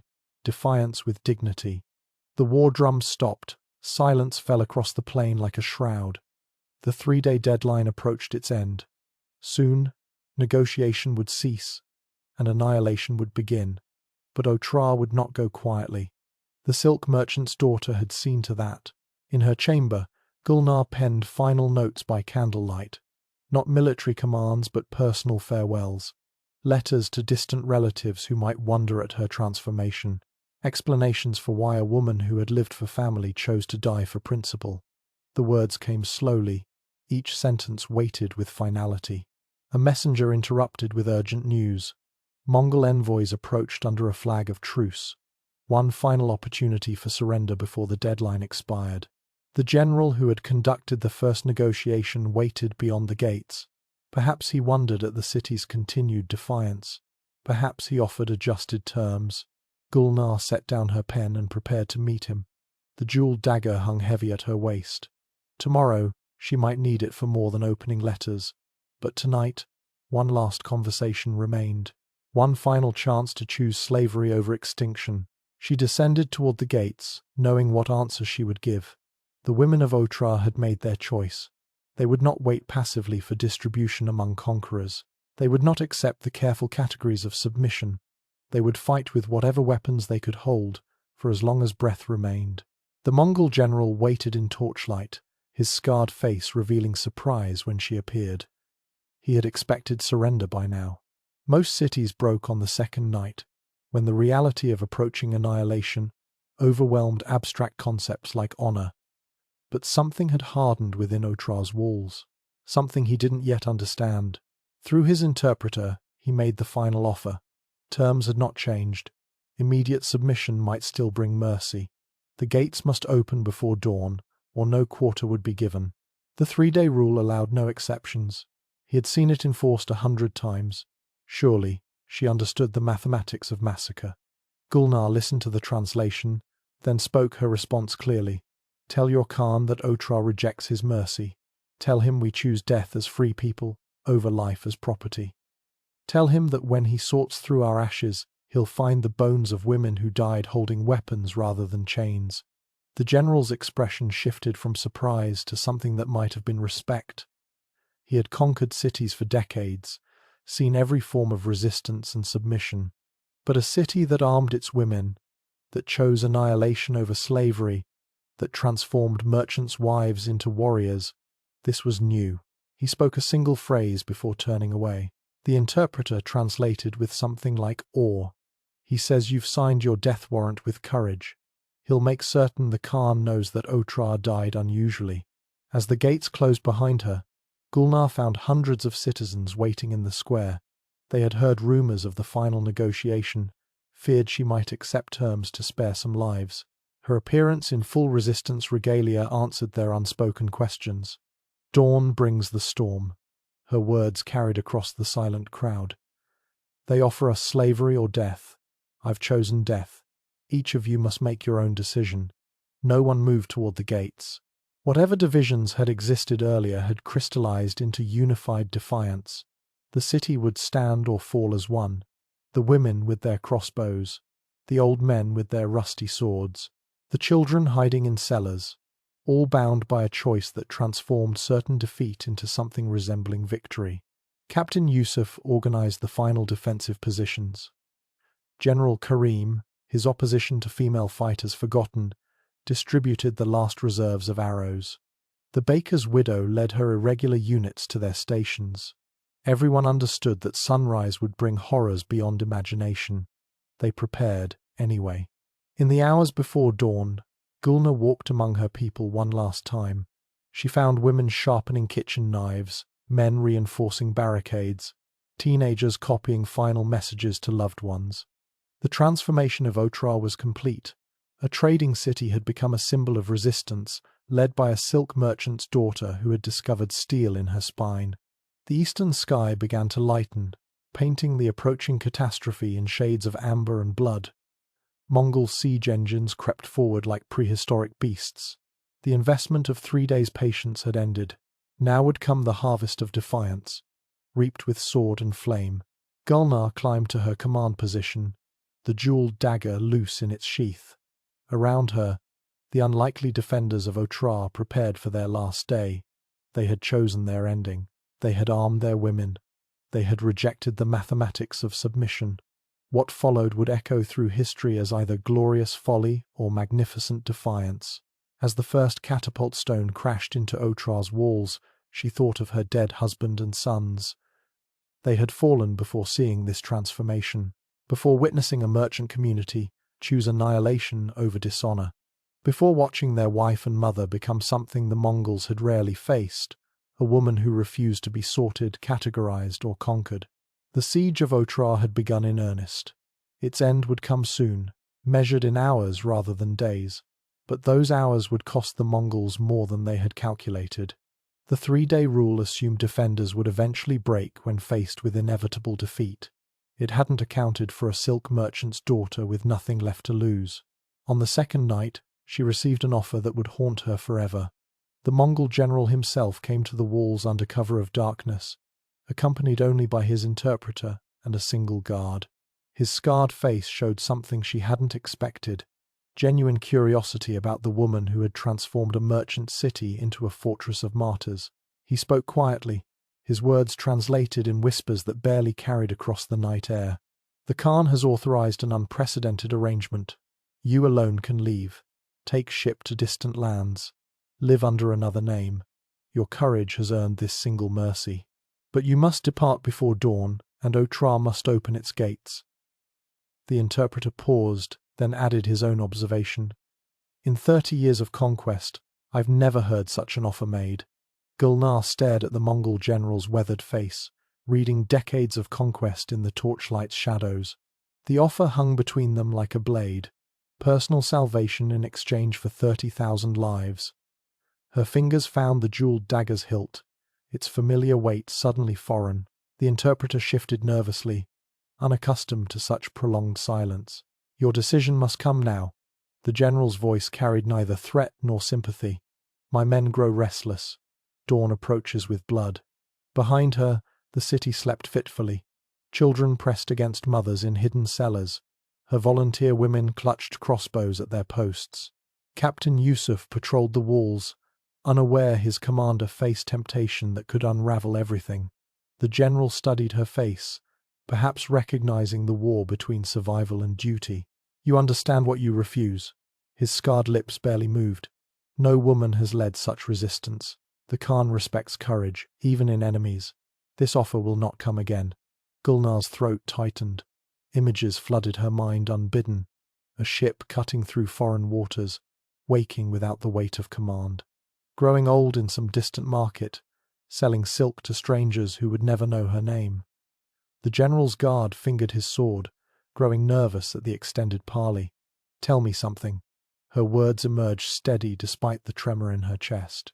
"When your men sort the survivors tomorrow, when they distribute our women like grain rations, will you remember this moment?" The general's expression shifted minutely. The interpreter hesitated before translating the response. "Every city blends into the next. But yes, I will remember the woman who could have lived." A child's cry echoed from somewhere within the walls. One of thousands who would face Mongol justice at sunrise. Gulnar straightened her spine, decision crystallizing like winter ice. The dagger slipped back into its sheath with a whisper of metal on leather. "I have no sons left to shame with cowardice." Each word fell like stones into still water. No husband to disappoint with betrayal. Only these people who trusted a merchant's daughter with their lives. The general nodded once, something like approval flickering across his features. He spoke a single phrase before turning away. The interpreter translated with obvious reluctance. "He says your death will be memorable. Not merciful, but memorable." The darkness swallowed them. Gulnar remained at the wall, trembling now that witnesses had departed. The magnitude of her refusal crashed over her like a tide. She had chosen agony over escape, principles over preservation.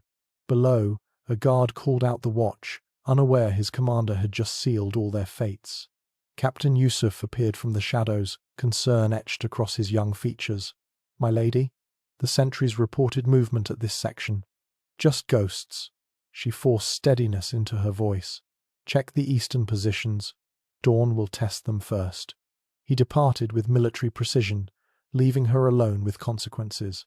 The offer would remain her secret, a burden carried to whatever end awaited. She had asked the general about memory, but would anyone remember her choice? Would history record the moment a silk merchant's daughter refused the only mercy Mongols ever extended? The eastern sky began its treacherous lightning. Soon, impossibly soon, the bombardment would resume. But something had changed in the darkness. The general's unprecedented offer proved Otra had already achieved something remarkable. They had forced the Mongols to attempt negotiation beyond standard terms. She descended the stairs, each step heavier than the last. In the courtyard, her irregular women fighters prepared for battle with kitchen knives and borrowed crossbows. They looked up as she passed, drawing strength from her presence. If they knew what she had just refused on their behalf, would they thank her or curse her? The baker's widow approached with her morning report. 300 ready at positions. The youngest we've hidden as you ordered. The oldest. She paused, struggling with military terminology that still felt foreign. The oldest have volunteered for the most dangerous posts. They choose their endings. Gulnar touched the woman's shoulder, as we all must. Word of increased Mongol activity spread like fire through straw. Defenders rushed to positions. Weapons were checked one final time. Prayers whispered to whatever gods might still listen. The 3-day deadline had expired. Now came consequences. Gulnar climbed to her command post as the first stones began to fly. The Mongol catapults worked with mechanical precision, each impact shaking the ancient walls. Dust filled the air. Screams echoed from struck positions. The mathematics of massacre had begun. North wall buckling. A messenger arrived breathless. General Karim requests reinforcements. She dispatched units, knowing each decision meant death for someone. The Mongols probed systematically, testing responses, identifying weaknesses. Their experience showed in every calculated attack. Otra's defenders fought with desperate courage, but courage meant little against expertise. By midday, 3 breaches gaped in the outer walls. Mongol assault troops poured through like water through broken dams. The fighting transformed from distant bombardment to intimate slaughter. Steel met steel in narrow streets. Arrows found flesh at close range. The irregular women fighters faced their first real test. A runner brought news that froze her blood. The baker's widow's unit holds the market square. They've stopped 2 advances, but the boy's voice cracked. They're dying by dozens. She requests permission to fall back. Denied. The word tasted like ashes. They hold until relieved or dead. The runner's young face showed shock at her coldness. He didn't understand the arithmetic. Every position held meant time bought elsewhere. Every street contested meant higher costs for conquest. The women had chosen to fight. She would honor that choice with tactical necessity. Captain Yusuf's sector fell silent. Too silent. She dispatched scouts who returned with fragments of his unit banner and nothing else. Another name added to the ledger of loss. Another friend fed to the Mongol appetite. The young officer who had knelt first in support of her command would never see the end he had helped create. "My lady." General Karim stumbled into the command post, his left arm hanging useless. "The Eastern District burns. We've lost contact with all units there.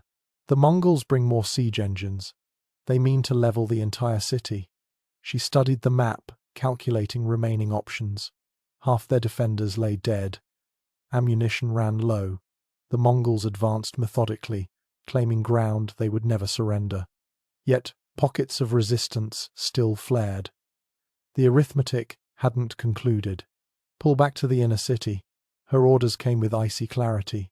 "Every building becomes a fortress, every room a grave for attackers. We make them pay for each stone."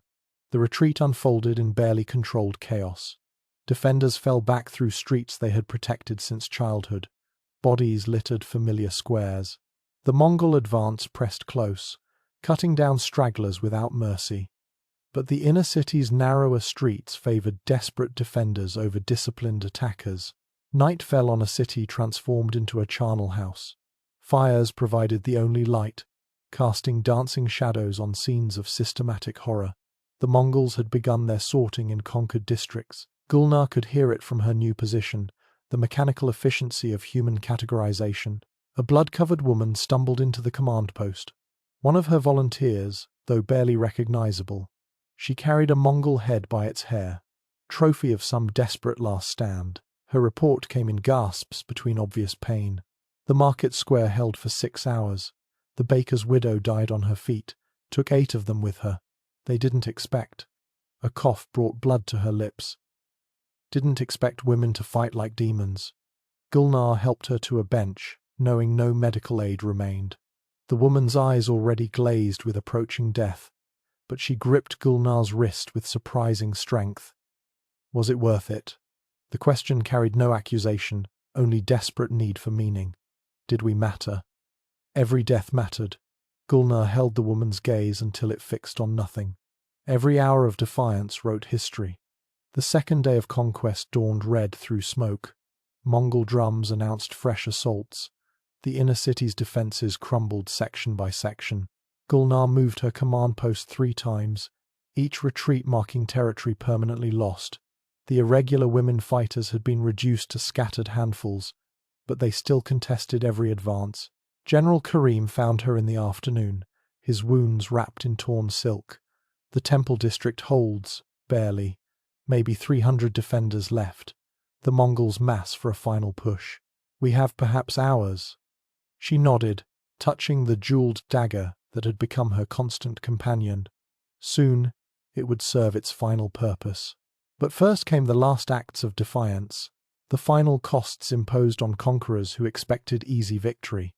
"Gather whoever remains." Her voice carried across the ruined command post. "We make our stand at the governor's palace. Let them work for every room." The retreat to the palace became a fighting withdrawal through streets she had walked as a young bride, past the silk market where she had learned to haggle, through the square where her sons had played. Each familiar landmark now bore scars of conquest. The transformation of her city mirrored her own evolution from merchant's wife to military commander. Inside the palace walls, perhaps 200 defenders gathered. Many bore wounds. All carried the exhaustion of impossible resistance. The women volunteers numbered less than 40, their ranks decimated but spirits unbroken. They had learned lessons no military manual taught. The Mongols offer no quarter now. Gulnar addressed them from the same steps where her husband once held court. We've cost them too much for mercy. But we've also proved something they didn't expect. Otra dies on its feet, not its knees. A ragged cheer answered her. These people had followed a silk merchant's daughter into hopeless battle. They had seen their city burn rather than submit. Now they would write the final chapter in blood and defiance. The Mongol assault began at sunset. They came with the patience of experienced conquerors, advancing room by room through the palace complex. Each chamber became a battlefield. Each corridor cost lives. The defenders sold ground dearly. Understanding this was their last currency. Gulnar commanded from the central tower until it became untenable. She fell back through halls where she had raised 3 sons, past chambers where her husband had worried over defensive preparations that now served their grim purpose. The Mongol advance pressed inexorably, but she had one final surprise prepared. In the deepest cellars, the last volunteers waited. Not fighters, but the elderly and wounded who had chosen their ending. They sat among the oil stores and grain reserves her husband had so carefully accumulated. When the Mongols finally breached the palace's heart, they would find no cowering survivors to sort, only flame and defiance. Light them, her command echoed in the stone chambers. Let the palace become our pyre. The volunteers worked with shaking hands, spreading oil and setting sparks. Smoke began to rise through the palace floors. The Mongols above would soon face a choice between retreat and incineration. Either way, they would not claim their expected prizes. Gulnar climbed stairs already growing hot, the jeweled dagger finally drawn. Behind her, flame consumed the stores that should have fed conquerors. Ahead, the palace's main hall filled with Mongol warriors seeking the woman who had defied all convention. She emerged onto the same balcony where this nightmare had begun. Below, the Mongol general waited with his troops. The scarred face showed no surprise at her appearance. Perhaps he had expected this final gesture from the woman who refused escape. You could have lived. His words carried across the smoke-filled space. Sailed to safety while your people burned. Why choose this?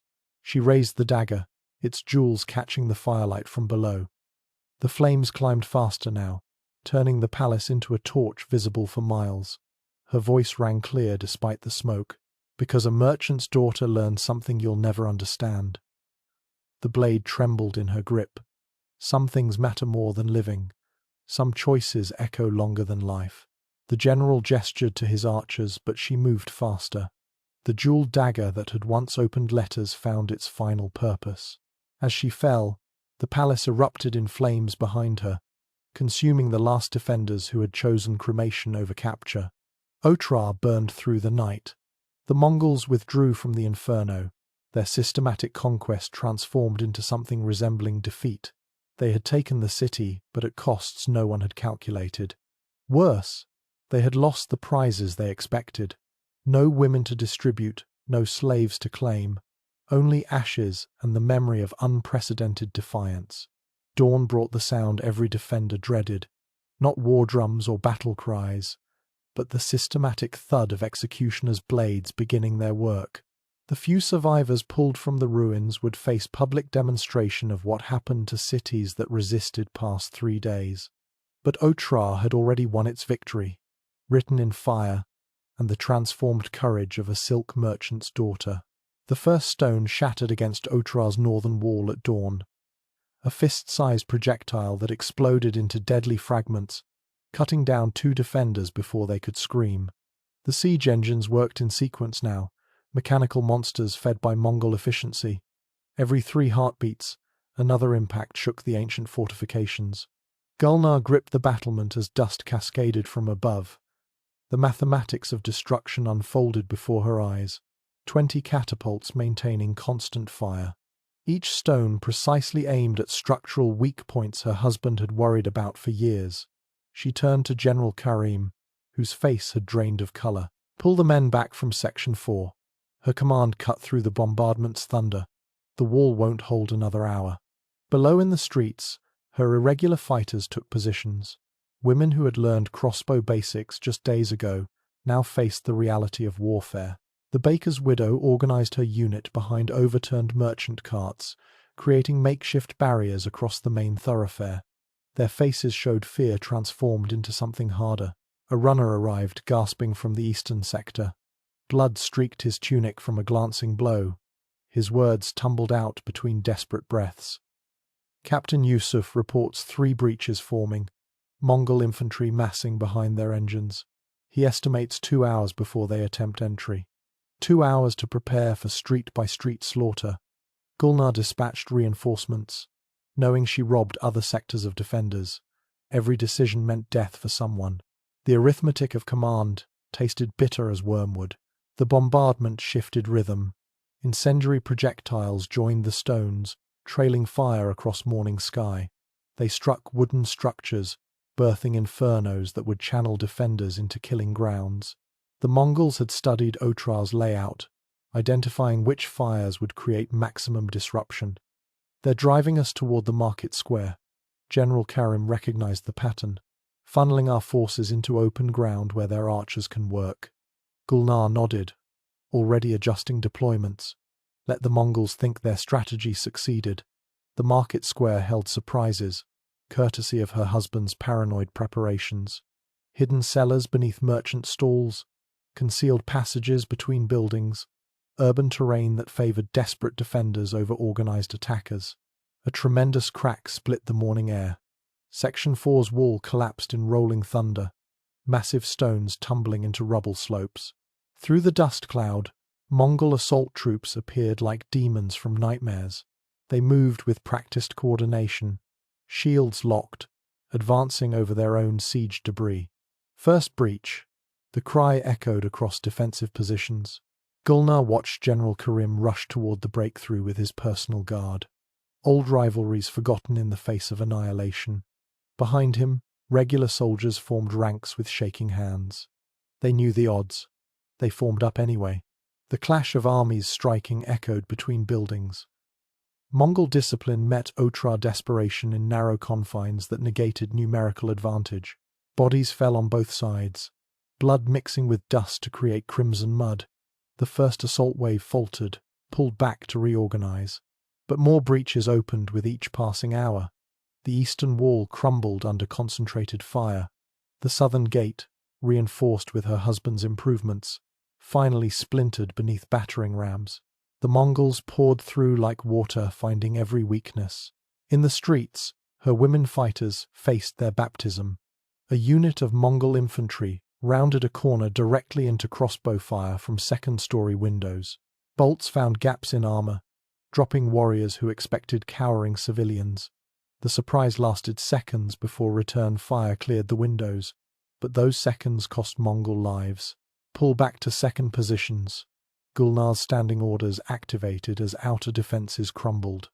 The retreat unfolded in barely controlled chaos. Defenders fell back through streets they'd known since childhood, leaving corpses at each intersection. Some units maintained cohesion, others dissolved into running battles. The Mongols advanced methodically behind them, claiming ground stained with fresh death. Noon brought horror to conquered sections. Through smoke and distance, Gulnar heard the mechanical sounds of sorting. Mongol administrators had perfected their system through countless cities. Male voices shouting age assessments, female screams cut short by fists, children's cries as families were divided forever. A blood-soaked messenger staggered into her relocated command post. One of her volunteer women, though barely recognizable beneath gore and dust. She collapsed against a doorframe, words emerging through obvious agony. The baker's widow holds the square. Mongols tried to flank through the covered market. We dropped the ceiling on them, crushed a whole unit. Pride flickered through pain. She says to tell you the women of Otra know how to fight. The messenger's eyes fixed on nothing before Gulnar could respond. Another name for the growing ledger. Another woman who chose weapon over chains. Outside, the battle's tide turned inexorably against them. Captain Yusuf appeared like a ghost from smoke, his armor scarred by multiple impacts. Half his unit followed, the other half would never follow anyone again. His report came in clipped military phrases that couldn't mask exhaustion. Eastern District lost. They're bringing up more engines. fresh troops rotating in. He paused, struggling with the next words. General Karim fell at the northern breach. Took 12 with him. Another pillar of defense toppled. Gulnar absorbed the loss, filed it with all the others. Grief was luxury she couldn't afford. Not while hundreds still looked to her for miracles she couldn't provide. Take command of remaining regulars. Her appointment made him the youngest general in Otra's history. History that measured now in hours. Hold the inner city approaches. The Mongol advance pressed through afternoon into evening. They had perfected urban warfare through practice, turning Otra's own buildings into weapons. Fires channeled defenders into crossfire zones. Collapsed structures blocked retreat routes. Every tactic showed careful study of city fighting. But Otra's defenders had advantages too. Knowledge of every alley, every hidden passage, every cellar that connected to another. The women fighters proved especially effective at ambush, appearing where least expected, striking before melting back into familiar terrain. A Mongol officer learned this fatally when pursuing fleeing civilians into what seemed a dead-end alley. The civilians were bait. The women waiting in doorways with kitchen knives were the trap. His elite status meant nothing when 10 blades found every gap in armor. Such victories came dear and temporary. For every Mongol who fell, 3 defenders died. The mathematics ground inexorably toward 0. Gulnar relocated her command post twice more, each move marking territory forever lost. Night fell on a city transformed into hell's anteroom. Fires painted the sky orange. Screams echoed from conquered districts where sorting continued by torchlight. The systematic nature of it struck her anew. Victory and atrocity followed the same methodical procedures. She found herself atop the governor's palace, surveying destruction that had once been home. Below, perhaps 600 defenders still fought in scattered pockets. The women volunteers had been reduced to 100, their ranks devastated but spirit intact. They had exceeded every expectation, including their own. Captain Yusuf, now General Yusuf by necessity, climbed the stairs with effort. Blood seeped through makeshift bandages. His youth had burned away in one day of impossible command. The report he carried would have broken stronger souls. The temple district falls within the hour. Market Square can't hold much longer. He gestured toward distant fire. They're systematically destroying every structure that might shelter resistance. Gulnar touched the jeweled dagger, its weight familiar now. Soon it would serve its purpose. But not yet. Not while defenders still drew breath. Not while her transformation from silk merchant to war leader remained incomplete. Gather everyone who can still fight. Her words carried resignation and steel in equal measure. We make our final position here. The palace represented more than defensive advantage. Her husband had ruled from these halls. Her sons had played in these courtyards. If Otra must fall, let it fall from its heart. Let the Mongols work for every stone of the citadel. Survivors trickled in through the night. Regular soldiers missing limbs. Women volunteers clutching bloody crossbows. Citizens who had grabbed weapons from the fallen. They numbered fewer than 300 when the count finished. The entire defensive force of a city that had housed 70,000. Among them came the baker's widow, carried by 2 younger women. Gut-shot, but still breathing, still commanding. She had held the market square for 9 hours, turning merchant stalls into killing grounds. The Mongols would remember that square. Did we matter? The question emerged through blood-bubbled lips. Gulnar knelt beside the dying woman. Around them, the last defenders prepared positions they would never retreat from. The answer came without hesitation. Every bolt you fired, every hour you held, every Mongol who learned that women could fight. She gripped the woman's hand. You changed their world forever. The baker's widow smiled and died. Another hero added to the rolls. Another woman who had chosen her ending. Dawn would bring the final reckoning, but the transformation was already complete. Mongol drums announced the last assault.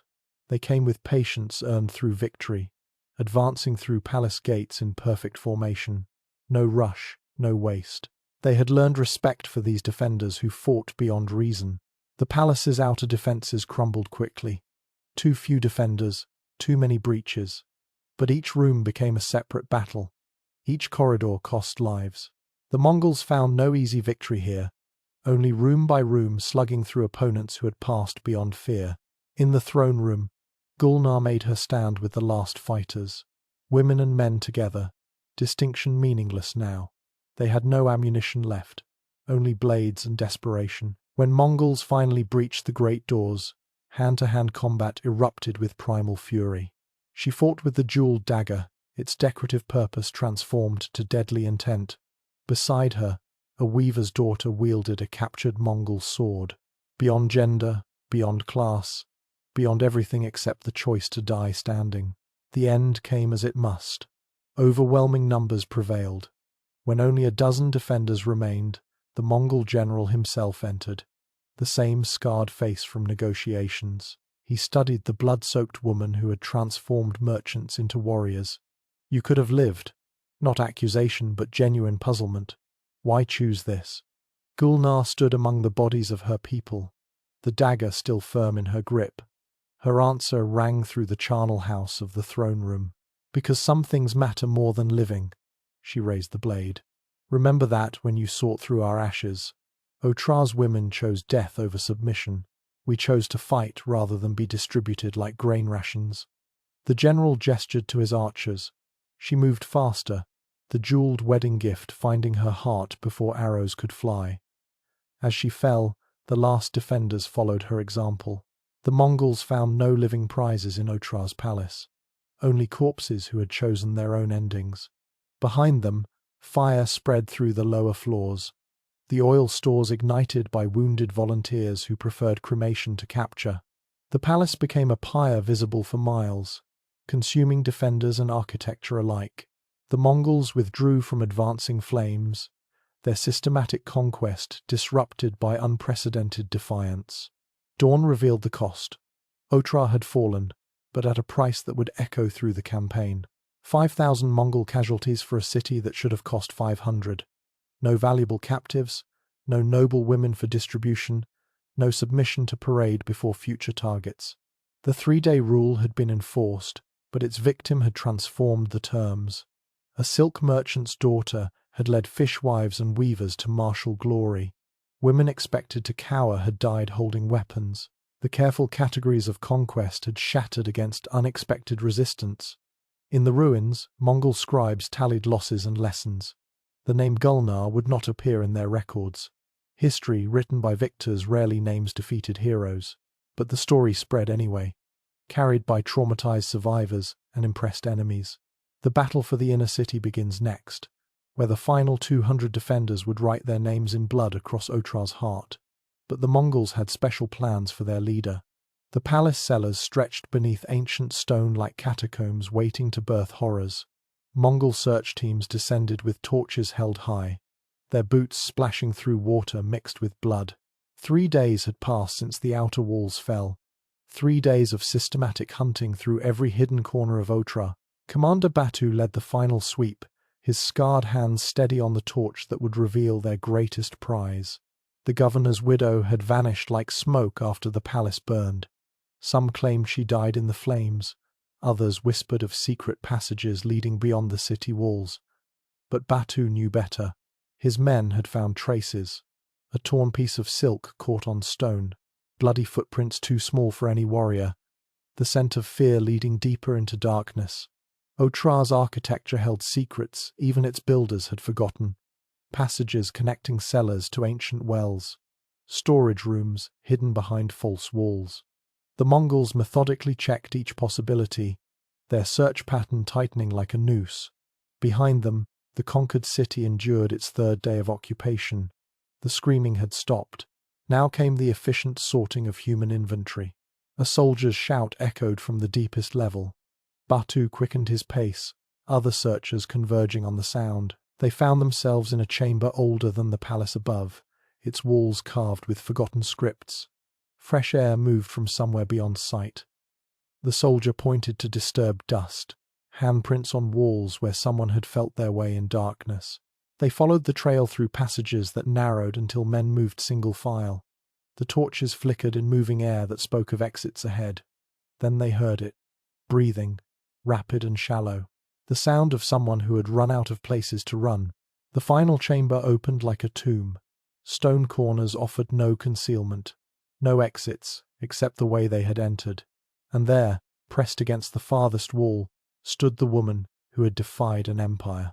Her silk robes hung in tatters, dirt caked her face, but her spine remained straight as she faced her hunters. Batu studied her with professional interest. This woman had cost them 5,000 warriors. She had transformed merchants into soldiers, convinced women to die holding weapons. The Khan himself had asked for reports about the female commander who violated every expectation. Now she stood trapped, her legendary defiance reduced to exhausted trembling. The jeweled dagger remained at her waist. Batu's men tensed, expecting her to draw it. Instead, she spoke in a voice hoarse from 3 days without water. Her words came in educated Persian, each syllable precise despite exhaustion. "You found me." No surprise in the statement, only weary acceptance. "I wondered if you would abandon the search." Batu signaled his men to maintain distance. This woman had led the fiercest urban resistance in Mongol memory. Even cornered, she might hold surprises. He responded in broken Persian, learned from previous conquests. "The Khan wants you alive. You led them. You made them fight." Her laugh held no humor. The sound bounced off stone walls like breaking glass. She had hidden for 3 days, listening to her city die above.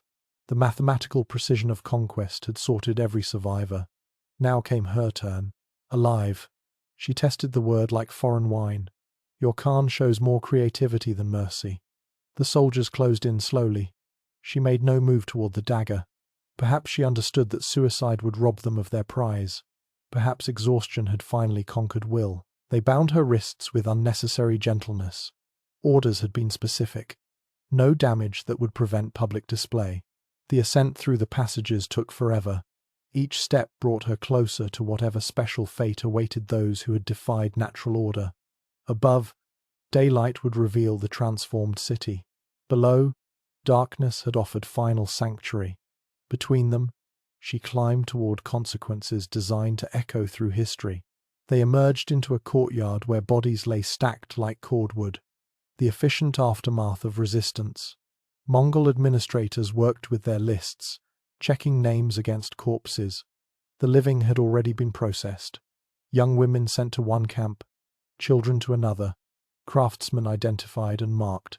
The machinery of conquest ground on. Word of her capture spread like wildfire. Mongol officers gathered to see the woman who had shattered their expectations. Some showed curiosity, others displayed anger at the losses she had caused. All understood her significance. Female military leadership challenged fundamental assumptions about warfare. Batu delivered her to the command pavilion where generals planned the next phase of campaign. Maps covered tables showing future targets, cities that would hear of Otra's fate and calculate their own chances. The woman who had led that fate stood in chains, her example about to become a teaching moment. General Tolui himself emerged from conference to inspect the prize. The Khan's son studied her with eyes that had seen 100 conquered cities. His examination lasted long minutes. She met his gaze without flinching, though her legs shook from exhaustion. Finally, he spoke in cultured tones that belied the brutality they commanded. "You cost us more than expected." His Persian was perfect, learned from childhood tutors. "My father takes special interest in those who exceed expectations." She straightened despite the chains. Even now, reduced to captivity, she projected the authority that had rallied desperate defenders. Her response came clear despite 3 days without water. "We gave you a war instead of a slaughter. Your men learned that women could be warriors. Perhaps that knowledge was worth 5,000 lives." Tolui's expression shifted minutely. Prisoners usually begged or remained silent. This one still fought with words, if not weapons. He circled her slowly, noting details for his report to the Khan. The silk merchant's daughter had become something unprecedented. Her transformation deserved study. "You will travel to my father's camp." His decision came wrapped in finality. "He collects unusual specimens. You qualify magnificently." The implications hung heavy as iron. Transport meant survival, but for what purpose? Display? Interrogation? Some specially crafted punishment for those who challenged Mongol supremacy? She had refused the general's unprecedented offer of escape. Now came consequences shaped by the Khan's personal attention. Guards led her to a fortified wagon designed for valuable prisoners, iron bars and thick wood that had transported princes and generals. Now it would carry a merchant's widow who had rewritten the rules of siege warfare. The irony wasn't lost on anyone present. As the wagon prepared to depart, she caught glimpses of Otra's fate through barred windows. Smoke still rose from numerous fires. Work gangs of prisoners cleared rubble under supervision. The systematic transformation from proud city to cautionary tale proceeded with Mongol efficiency. Everything she had fought to prevent unfolded in methodical stages. A familiar face appeared among the prisoners. One of her women volunteers, somehow alive despite the final battle. Their eyes met across the courtyard. The woman's expression mixed grief, pride, and something else. Respect for the leader who had shown them how to die standing. The moment passed as guards moved the survivor along, but that look would haunt the journey ahead. The wagon rolled through Otra's broken gates as afternoon surrendered to evening. Behind lay a city forever changed. Ahead waited the Khan's justice for those who dared exceptional defiance. Between them, she sat in chains, contemplating how a silk merchant's daughter had earned the personal attention of history's greatest conqueror. Mongol outriders flanked the wagon, their presence indicating the prisoner's importance. Regular criminals or slaves traveled in mass groups. This individual transport spoke volumes. The woman who had transformed housewives into warriors merited special handling, special delivery to specially crafted consequences. Night fell as they joined the main supply route. Other wagons carried plunder from Otra's warehouses, gold that would fund future campaigns, silk that would adorn distant courts. But the most valuable cargo rode in iron-barred isolation, a woman who had proved that gender provided no immunity to military genius or to its punishment. The journey would take days through hostile territory, days to contemplate what awaited at its end. The Khan's mobile court moved like a city of felt and fury, dispensing justice that became legend. Those who interested him personally faced creativity in their ends. A silk merchant's daughter had certainly earned interest. She tested the chains, finding them expertly crafted. No weakness that desperate strength might exploit. The Mongols had transported too many valuable prisoners to make amateur mistakes. The wagon rolled on, each turn of wheels carrying her toward whatever finale the Khan's imagination had crafted. Behind them, Otra's survivors faced their own fates. The young women selected for distribution among warriors. The craftsmen marked for relocation to serve the Empire's needs. The children who would grow up forgetting their birthplace. All sorted with the same efficiency that had processed 1,000 cities before. But Otra would be remembered differently. The city where women fought, where a merchant's wife became a general, where traditional categories of conquest shattered against unexpected resistance. The name would echo in ways the Khan might not have calculated. The wagon climbed into foothills as stars emerged overhead. Each elevation gained moved further from the familiar plains around Otra. The prisoner had never traveled beyond trade route towns. Now she journeyed toward the heart of an empire built on bones.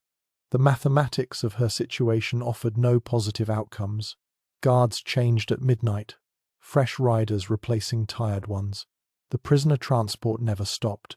Urgency suggested the Khan's impatience to see this curiosity, who had cost so much, or perhaps they feared rescue attempts from survivors who might remember their unprecedented leader.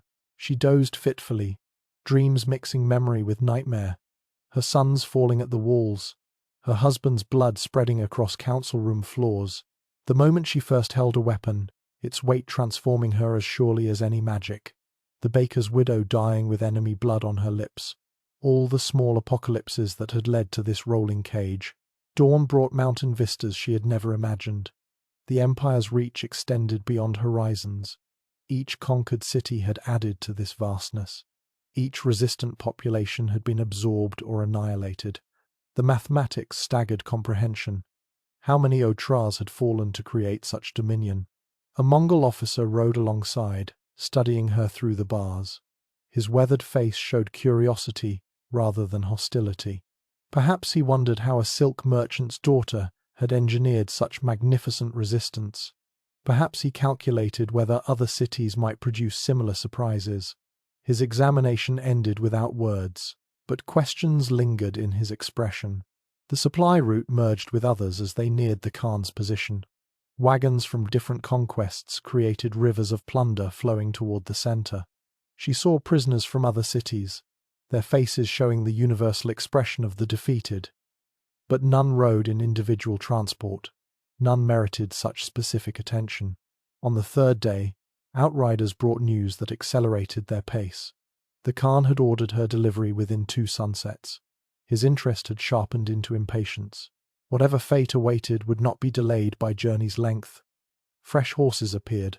The wagon barely stopped for changes. Mountain passes gave way to vast steppes where the Khan held court. The mobile city appeared on horizons like a vision from dreams. Thousands of yurts arranged in perfect patterns, herds of horses that seemed numberless. The beating heart of an empire that had rewritten the world's maps. As they approached the outer camps, she saw something that stopped her breath. Poles, arranged in neat rows, each bearing a human head. The defenders of some other resistant city, displayed to educate visitors about defiance's price. The mathematics of horror, multiplied with each mile traveled. Guards guided the wagon through successive checkpoints. Each ring of security grew more elite. By the time they reached the center, only the Khan's personal guard remained. Warriors who had earned positions through exceptional brutality or brilliance. They studied the prisoner with professional interest. The wagon stopped before a yurt larger than any palace room. White felt stretched over a framework that could house hundreds. The Khan's mobile throne room, from which death sentences flowed like water. Guards unlocked the wagon's door with ceremonial precision. The moment had arrived. She emerged from the blinking into afternoon sun that seemed too bright after days of bars and shadow. The chains remained, but someone had provided water to clean her face. Even the Khan preferred his special prisoners presentable for whatever came next. She stood straight, despite exhaustion that threatened to buckle knees. Around the great yurt, activity ceased as word spread. The woman who had led Otra's resistance, who had armed housewives and fishmongers, who had cost 5,000 Mongol lives through sheer audacious leadership. Hardened warriors gathered to witness what creativity the Khan would apply to such unprecedented defiance. A horn sounded from within the yurt, the summons everyone had expected. Guards formed around her, an honor escort for the condemned. The entrance loomed like a mouth ready to swallow whatever remained of the silk merchant's daughter. Beyond that threshold waited the man who had conquered nations, who had perfected cruelty into statecraft. She took the first step toward consequences designed to echo through history. Each movement brought her closer to whatever special fate the Khan reserved for those who challenged the natural order. Behind her lay Otra's ashes. Ahead waited an ending that would teach all women the price of military defiance. But something else had already begun. In a dozen cities, women whispered about Otra's female defenders, about housewives who died holding crossbows, about a silk merchant's daughter who had shown that courage wore no gender. The Khan could control her fate. He couldn't control how her story would spread. The yurt's entrance swallowed her like destiny made manifest. Inside, shadows and power waited to demonstrate why some victories cost more than defeat. The mathematics had always pointed to this moment. A woman who had led armies would face judgment from history's greatest conqueror. On the third day, they found her.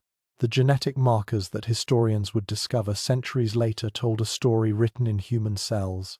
Scientists studying the Y chromosome found a ghost haunting the DNA of Asia.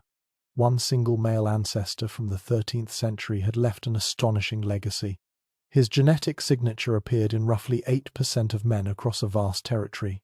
This region matched the borders of the Mongol Empire almost perfectly. 16 million men alive today carried the echo of a single conqueror. The numbers revealed a brutal biological truth. Such a rapid, widespread genetic expansion could not happen through peaceful means. It required a specific engine of conquest, a system that eliminated local male populations, a policy that distributed female survivors among a small number of victorious warriors. The genetic data was a map of systematic sexual violence on a continental scale. Each marker represented a woman who survived conquest. Each survivor carried the seed of her conqueror. The policy of sorting and distribution had worked with horrifying efficiency. This genetic conquest permanently altered the populations of entire nations. It was warfare waged at the cellular level, a legacy of domination that outlasted cities, empires, and even memory itself. The science confirmed what scattered historical accounts had only suggested. The rape of conquered women was not a byproduct of war. It was a central tool of Mongol imperial strategy. But this story, written in bloodlines, told only one part of the truth. The other part was written in silence. The Mongols understood the power of controlling history.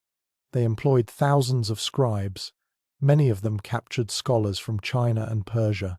These men recorded every campaign with meticulous detail. They documented troop movements, supply logistics, and battle outcomes. Their histories celebrated the military genius of the Khans. They praised the efficiency of the Mongol administrative machine. These official records became the primary source for understanding the empire. They were magnificent works of propaganda. What these records omitted was as important as what they included. The systematic slaughter of civilian populations became the pacification of a rebellious city. The distribution of women as property was recorded as a tallying of the spoils of war. The language of bureaucracy sanitized the horror. It transformed human suffering into administrative data. The scribes wrote for their masters. Their masters wanted histories that celebrated strength, not cruelty. Local histories faced a more direct form of destruction. When a city fell after resistance, its libraries often burned first. Scholars, poets, and record keepers faced immediate execution. They were the keepers of memory, the guardians of a people's identity. Eliminating them was as crucial as demolishing city walls. The goal was total erasure. A conquered people with no history could be more easily absorbed into the Mongol system. They became a blank slate on which the empire could write its own story. The stories of resistance were the most dangerous of all. The official chronicles might mention a stubborn defense to highlight Mongol military prowess, but they rarely named the leaders of failed rebellions. Defeated heroes offered dangerous inspiration. The Mongols preferred their enemies to be anonymous, their defiance forgotten. A city that fought to the last man, a woman who led defenders on the walls. These were anomalies to be erased from the record. Their stories contradicted the narrative of inevitable Mongol victory. But memory is harder to kill than a city. Some stories refused to die. They survived in the margins of history, preserved by those the Mongols could not silence. Persian historians like Juvayni and Rashid al-Din chronicled the conquests from within the empire. They served Mongol rulers, but wrote with the perspective of a conquered people. Their accounts mixed admiration for Mongol power with undisguised horror at their methods. They recorded the pyramids of skulls. They documented the methodical sorting of populations. They gave names to cities that the Mongols had turned into dust. These chroniclers walked a razor's edge. Too much truth could mean execution. Too little would be a betrayal of their own people. They encoded their dissent in careful language. They presented eyewitness accounts that spoke for themselves. Through their work, the voices of the vanquished found a small space in the historical record. They wrote down the stories of cities that chose annihilation over submission. They sometimes even named the men and women who led those final, hopeless stands. Oral traditions carried other fragments of the truth. In remote villages, in refugee camps, in families scattered by conquest, stories were passed from one generation to the next. They became legends, myths, cautionary tales. The details might shift over time, but the core of the trauma remained. Whispers kept alive the memory of what had been lost. These spoken histories were their own form of resistance, a refusal to let the conqueror have the final word. Sometimes the conqueror's own records betrayed them. Mongol administrators were obsessed with numbers. They counted everything: warriors, horses, arrows, and human beings. Their detailed censuses and inventories, meant to manage the empire's resources, inadvertently preserved evidence of their atrocities. A document might record that a city of 50,000 people yielded only 5,000 slaves after conquest. The unspoken mathematics told the story of the other 45,000. The cold logic of the numbers revealed the scale of the killing. The stories of female resistance proved especially resilient. They were so unusual, so shocking to the patriarchal societies of the time, that they lodged in the memory of observers. A woman commanding troops, a merchant's wife organizing a city's defense. These events violated every norm. Chroniclers who witnessed or heard of such things felt compelled to record them. They stood out from the endless cycles of siege and slaughter.